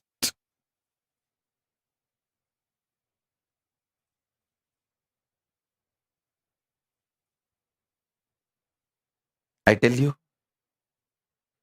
if you find the conscious sovereignty, you will just feel eternally young. See, finding conscious sovereignty is not some difficult. You just need to know the larger purpose of your existence. Just be scientific, logical, rational to your higher purpose, larger purpose. Stop the shitty idea of you have only one life. That is the biggest shit dumped on you. You have been brainwashed with unwashable shit called you have only one life. Drop that shit. Your consciousness, assuming bodies after bodies, till you achieve your absolute conscious sovereignty. These are fundamental cosmic truths.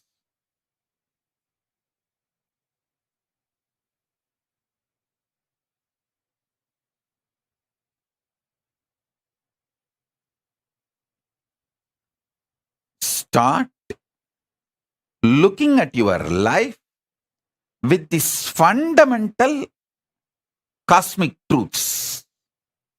Understand?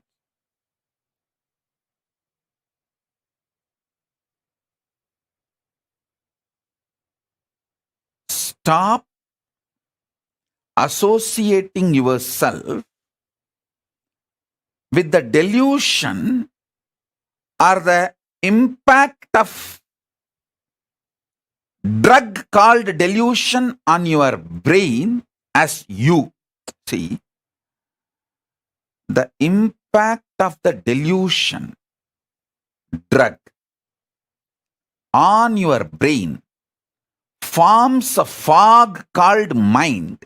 You associate yourself with that and make your life's decisions, which is absolute unscientific. Listen, absolute unscientific. Understand that.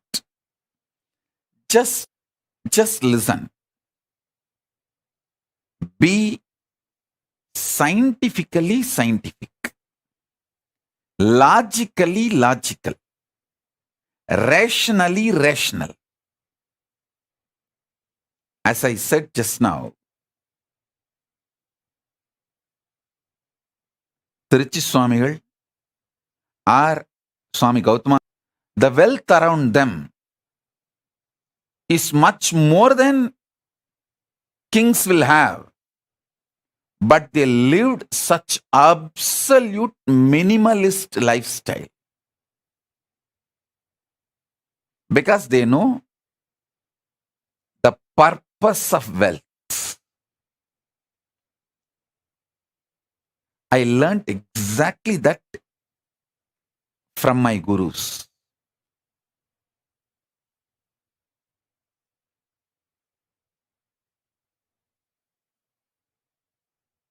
Kings living minimalistic lifestyle is possible only in Hindu tradition. Because if you know the conscious sovereignty, you will know the minimalistic lifestyle is powerful. It's an absolute power.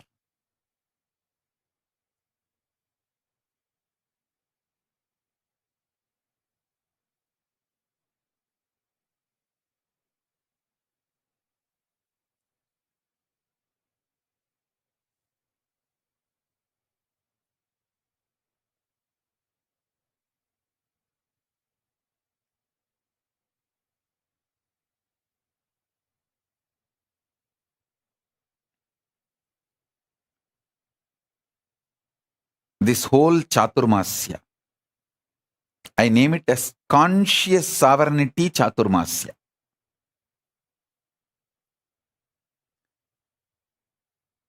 Manifesting powers through conscious sovereignty. See, manifest the right powers.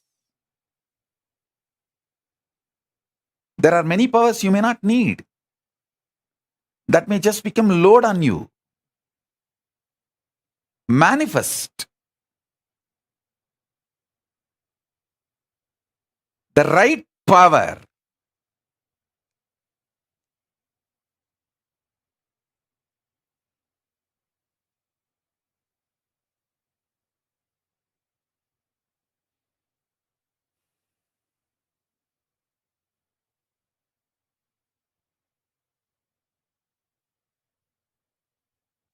Especially manifest powers by breaking the prenatal patterns called karma and postnatal karma called patterns.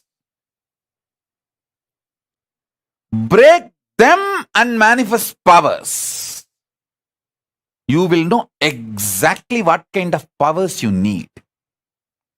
If you are addicted to food pattern, break them. Then you will see the Nirahara manifest as a power, and not only you become healthy and you are free from addictions, you live long. Listen. If you are addicted to food patterns, I have a great news for you. Break those addictions through proper Nirahara Samyama step by step and manifest powers. You will see not only you become healthy, you will live long, because anything which addicts you, binds you, that pattern shows you the secret key for the powers you need to manifest. If you are greedy, bound by greed, deluded by greed, doesn't want to take responsibility, but you want everything, start practicing minimalistic lifestyle. You will manifest so much wealth, and you will enjoy the wealth, not wealth will be enjoying you. I tell you, many people just do watchman job, night watchman job, without sleeping, protecting their wealth. So they are not using the wealth, wealth is using them.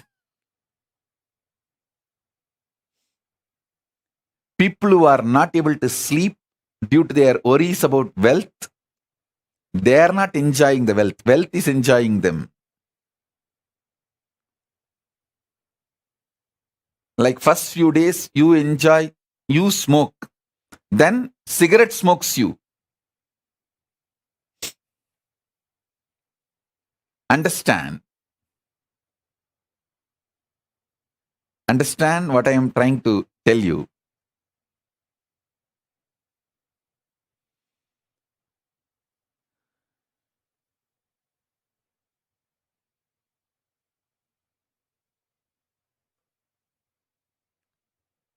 Many times your delusion shows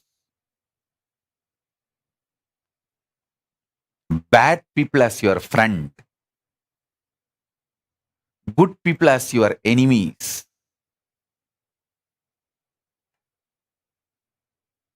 The pressure of hormones, chemicals, frustrations inside you,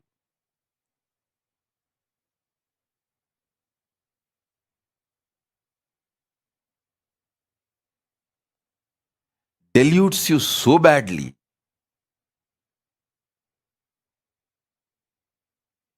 Conscious sovereignty is the only solution.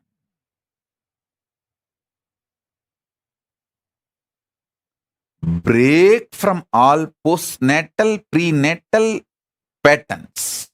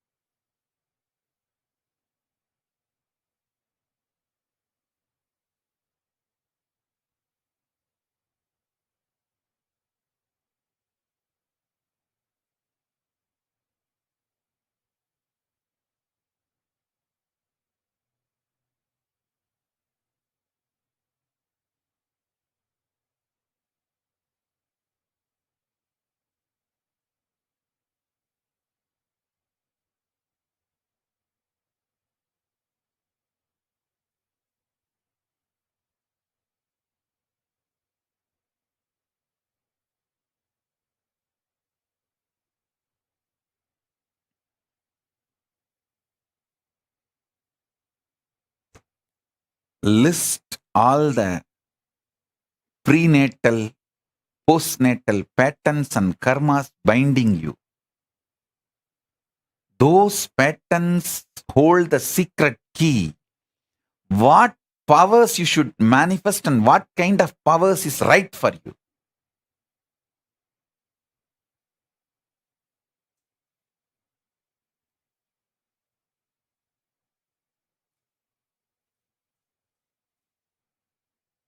I'll give you a few minutes.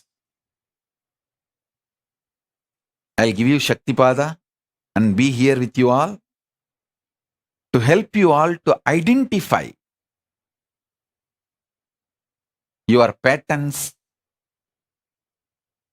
break them, and manifest as powers. Let's start. First day. Conscious sovereignty, power manifestation process in this Chaturmasya. Get paper and pen, sit. Pen down all the patterns which chains you, binds you. Start writing.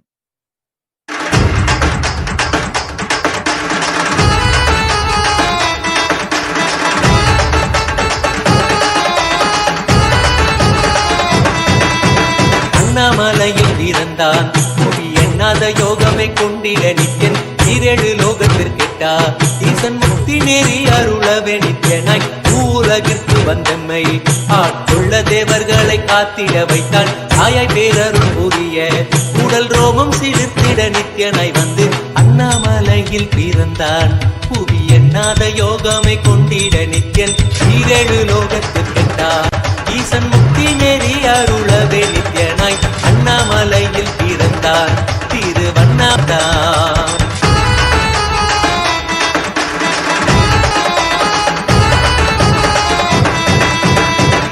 கிளப்பி விட்டேனில் பர தத்துவம் கற்பித்த பாரமஞானியாய் ஞானக்கண் கொடுத்த தமக்கே ரூபம் காட்டிய மாய வித்தை செய்யும் நித்யன் வித்தை கிளப்பி விட்டேனில் பர தத்துவம் கற்பித்த பாரமஞானியாய் ஞானக்கண் கொடுத்த தமக்கே ரூபம் காட்டிய மாய வித்தை செய்யும் நித்யன் அண்ணாமலையில் பிறந்தான் புவி எண்ணாத யோகமை கொண்டிட நித்யன் ஈரேழு லோகத்திற்கெட்டா ஈசன் முக்தி நெறி அருளவே நித்யனாய்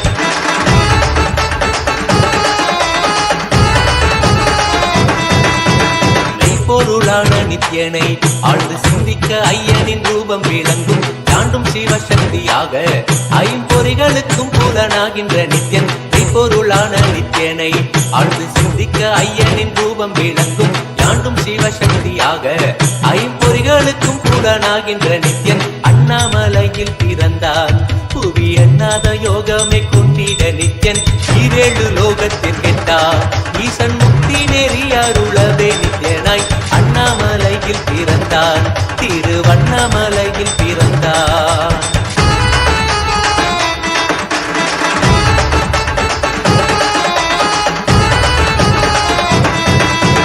உள்ளும் புறமும் இருந்து உயிர் பக்குவமாக்கிடும் பரமனாம் நித்யன் ஞானப்பாடி தங்கள் ஏழும் கொண்ட ஞானமும் ஆகியே ஆண்டிடும் நித்யன் உள்ளும் புறமும் இருந்து உயிர் பக்குவமாக்கிடும் பரமனாம் நித்யன் ஞானப்பாடி தங்கள் ஏழும் கொண்ட ஞானமும் ஆகியே ஆண்டிடும் நித்யன் அண்ணாமலையில் பிறந்தான் புவி எண்ணாத யோகமை கொண்டிட நித்யன் ஈரேழு லோகத்திற்கெட்டா ஈசன் முக்தி நெறி அருளவே நித்யனாய் அண்ணாமலையில் பிறந்தான் நித்யன் அண்ணாமலையில் பிறந்தான்.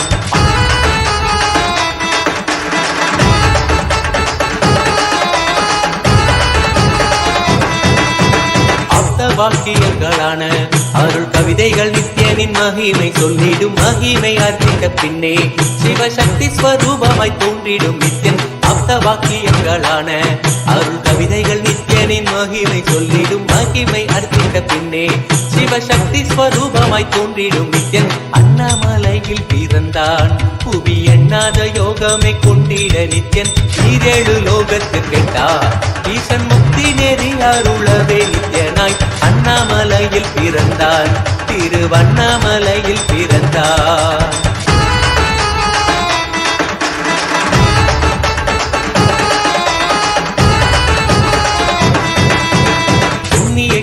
சேத்திரம் தனிலே நித்யன் உன்னத நீலை ஊழத்தில் வருமே விண்ணவர் மன்னவர் ஒப்ப அகிலம் ஆளும் கீர்த்தியுட ஈசன் நித்யானந்தன் புண்ணிய சேத்திரம் தனிலே நித்யன் உன்னத நீலை ஊழத்தில் வருமே விண்ணவர் மன்னவர் ஒப்ப அகிலம் ஆளும் கீர்த்தியுட ஈசன் நித்யானந்தன் அண்ணாமலையில் பிறந்தான் கொண்டிட நித்யன் ஈரேழு லோகத்து கெட்டார் ஈசன் முக்தி நெறி அருளவே நித்யனாய் அண்ணாமலையில் பிறந்தான் நித்யன் அண்ணாமலையில் பிறந்தார்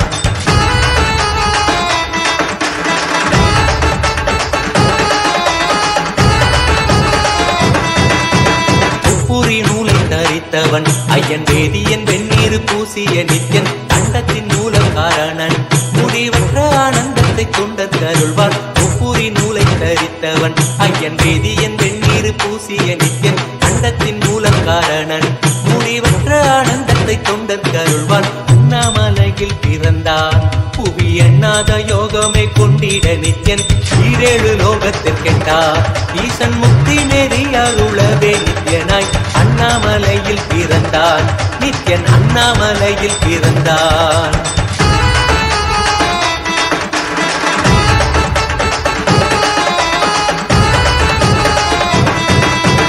பேரறிவு பொருள் நித்யன் உலகாளும் ஊரை மன்னவர் கழித்தவன் அர்த்தநாரீஸ்வரனாக அருள் செய்திட்டே எம்மை ஆட்கொண்டிடும் நித்யன் பேரறிவு பொருள் நித்யன் உலகாளும் ஊரை மன்னவர் கழித்தவன் அர்த்தநாரீஸ்வரனாக அருள் செய்திட்டே எம்மை ஆட்கொண்டிடும் நித்யன் அண்ணாமலையில் பிறந்தான் புவி எண்ணாத யோகமே கொண்டிட நித்யன் ஈரேழு லோகத்தில் கெட்டார் ஈசன் முக்தி நெறி அருளவே நித்யனாய் அண்ணாமலையில் பிறந்தான் நித்யன் அண்ணாமலையில் பிறந்தான்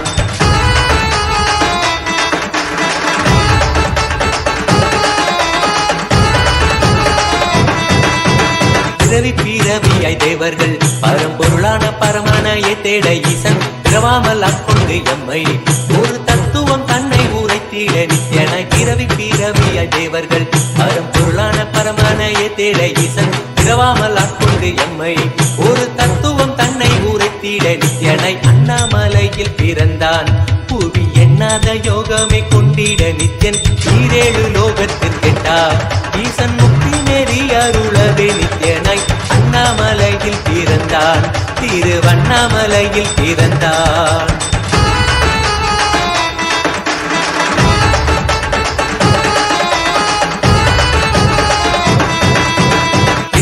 வடிவமுடையவன் என்னும் எண்ணம் கடந்த முதற் பொருளானவன் பிறவி எடுத்தே சலிக்க அருள் தாகத்தை தீர்த்தன் வீணைகள் களைந்தான் எண்ணில்லா வடிவமுடையவன் என்னும் எண்ணம் கடந்த முதற் பொருளானவன் பிறவி எடுத்தே சலிக்க அருள் தாகத்தை தீர்த்தன் வீணைகள் களைந்தான் அண்ணாமலையில் பிறந்தான் புவி எண்ணாத யோகமே கொண்டிட நித்யன் ஈரேழு லோகத்தில் கெட்டார் ஈசன் முக்தி நெறி அருளவே நித்யனாய் அண்ணாமலையில் பிறந்தான் நித்யன் அண்ணாமலையில் பிறந்தான்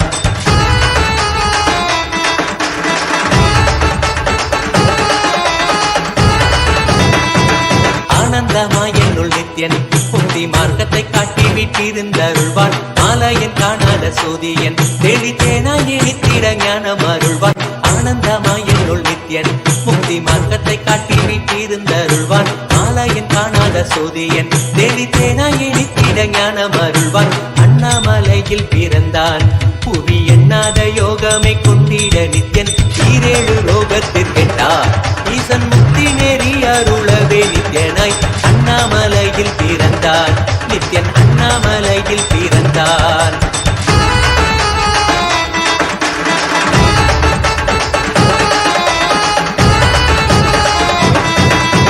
வெற்றி குதிரை எதியே அடியார்கள் கூரைகளை ஏற்கின்ற நித்யன் சூழும் உறவினரோடு வந்த பாசந்தானை யாரு தேயம்மை காப்பான் வெற்றி குதிரை எதியே அடியார்கள் கூரைகளை ஏற்கின்ற நித்யன் சூழும் உறவினரோடு வந்த பாசந்தானை யாரு தேயம்மை காப்பான் அண்ணாமலையில் பிறந்தான் புவி எண்ணாத யோகம் ஈரேழு லோகத்தில் கெட்டார் ஈசன் முக்தி நெறி அருளவே நித்யனாய் அண்ணாமலையில் பிறந்தான் நித்யன் அண்ணாமலையில் பிறந்தான் நித்யனை பற்றுவதொன்றே உபாயம் என்பதானால் பற்றி பீடித்தோம் நித்யன் பாதம் ஒன்றி சதம் அவன் நாமம் சொல்லியே நித்யானந்தம் கொள்ளுவோம் நித்யனை பற்றுவதொன்றே உபாயம் என்பதானால் பற்றி பீடித்தோம் நித்யம் பாதம் ஒன்றி சதம் அவன் நாமம் சொல்லியே நித்யானந்தம் கொள்ளுவோம் அண்ணாமலையில் பிறந்தான் புவி எண்ணாத யோகமே கொண்டிட நித்யன் ஈரேழு லோகத்தில் கெட்டார் ஈசன் முக்தி நெறி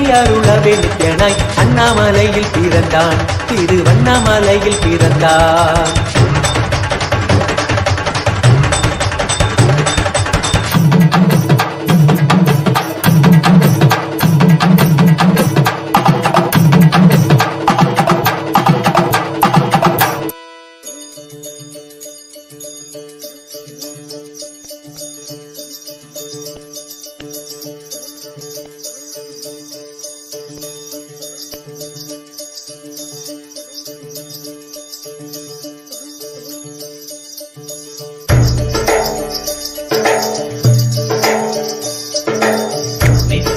நித்யானந்தா நித்ய ஞான நித்யானந்தா ஞான திங்கள் நித்யானந்தா நித்யானந்தா நித்ய திங்கள் நித்யானந்தா நித்ய ஞான நித்யானந்தா ஞான திங்கள் நித்யானந்தா நித்யானந்தா நித்ய திங்கள் நித்யானந்தா நித்ய ஞான நித்யானந்தா ஞான திங்கள் நித்யானந்தா நித்ய திங்கள் நித்யானந்தா நித்ய ஞான நித்யானந்தா ஞான திங்கள் நித்யானந்தா நித்யானந்தனே நித்யானந்தா சத்யவேதனே நித்யானந்தா வேத ரூபனே நித்யானந்தனே நித்யானந்தனே நித்யானந்தா சத்யவேதனே நித்யானந்தா வேத ரூபனே நித்யானந்தனே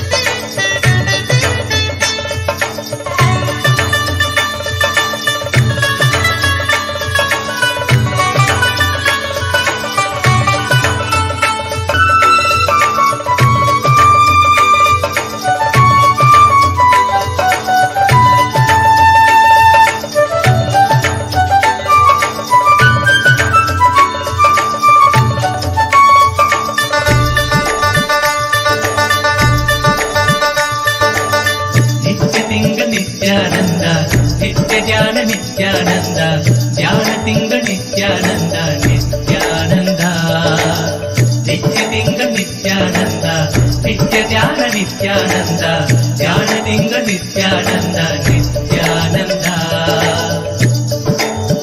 நித்யலிங்க நித்யானந்தா நித்ய ஞான Nithyananda ஞானலிங்க Nithyananda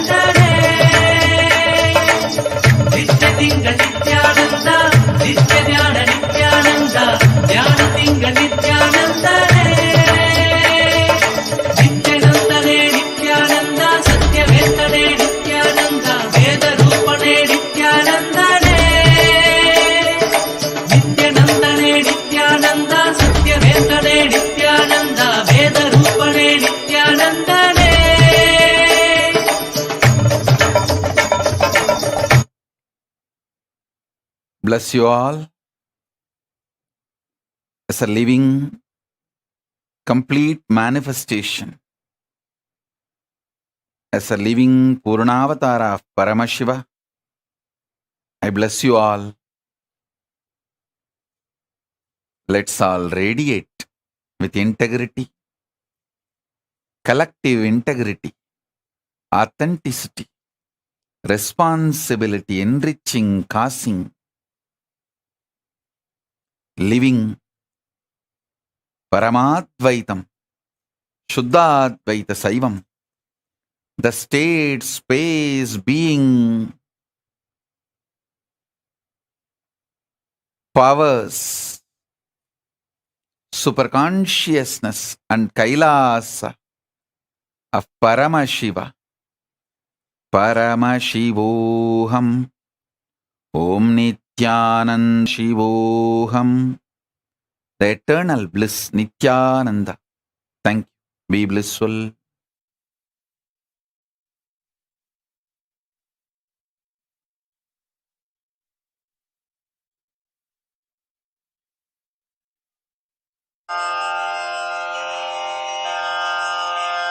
श्रीकैलासोन्नतद्वादशान्तश्यामलापीठारूढ श्रीमीनाक्षिसुन्दरेश्वरा भिन्नस्वरूपा परशिवपुत्ररत्न Kumar गुरुमण्यतुल्यर Shri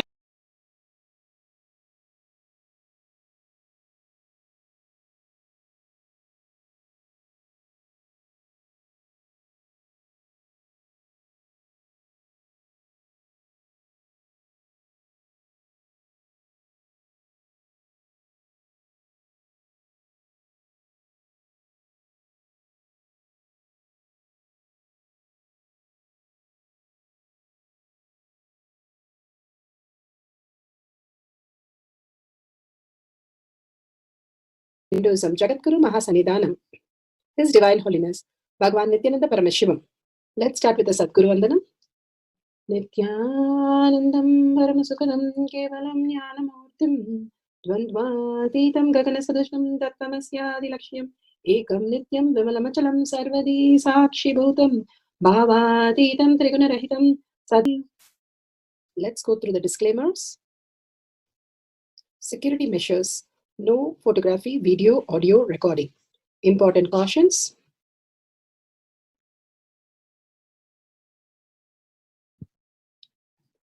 Please be aware of the important cautions.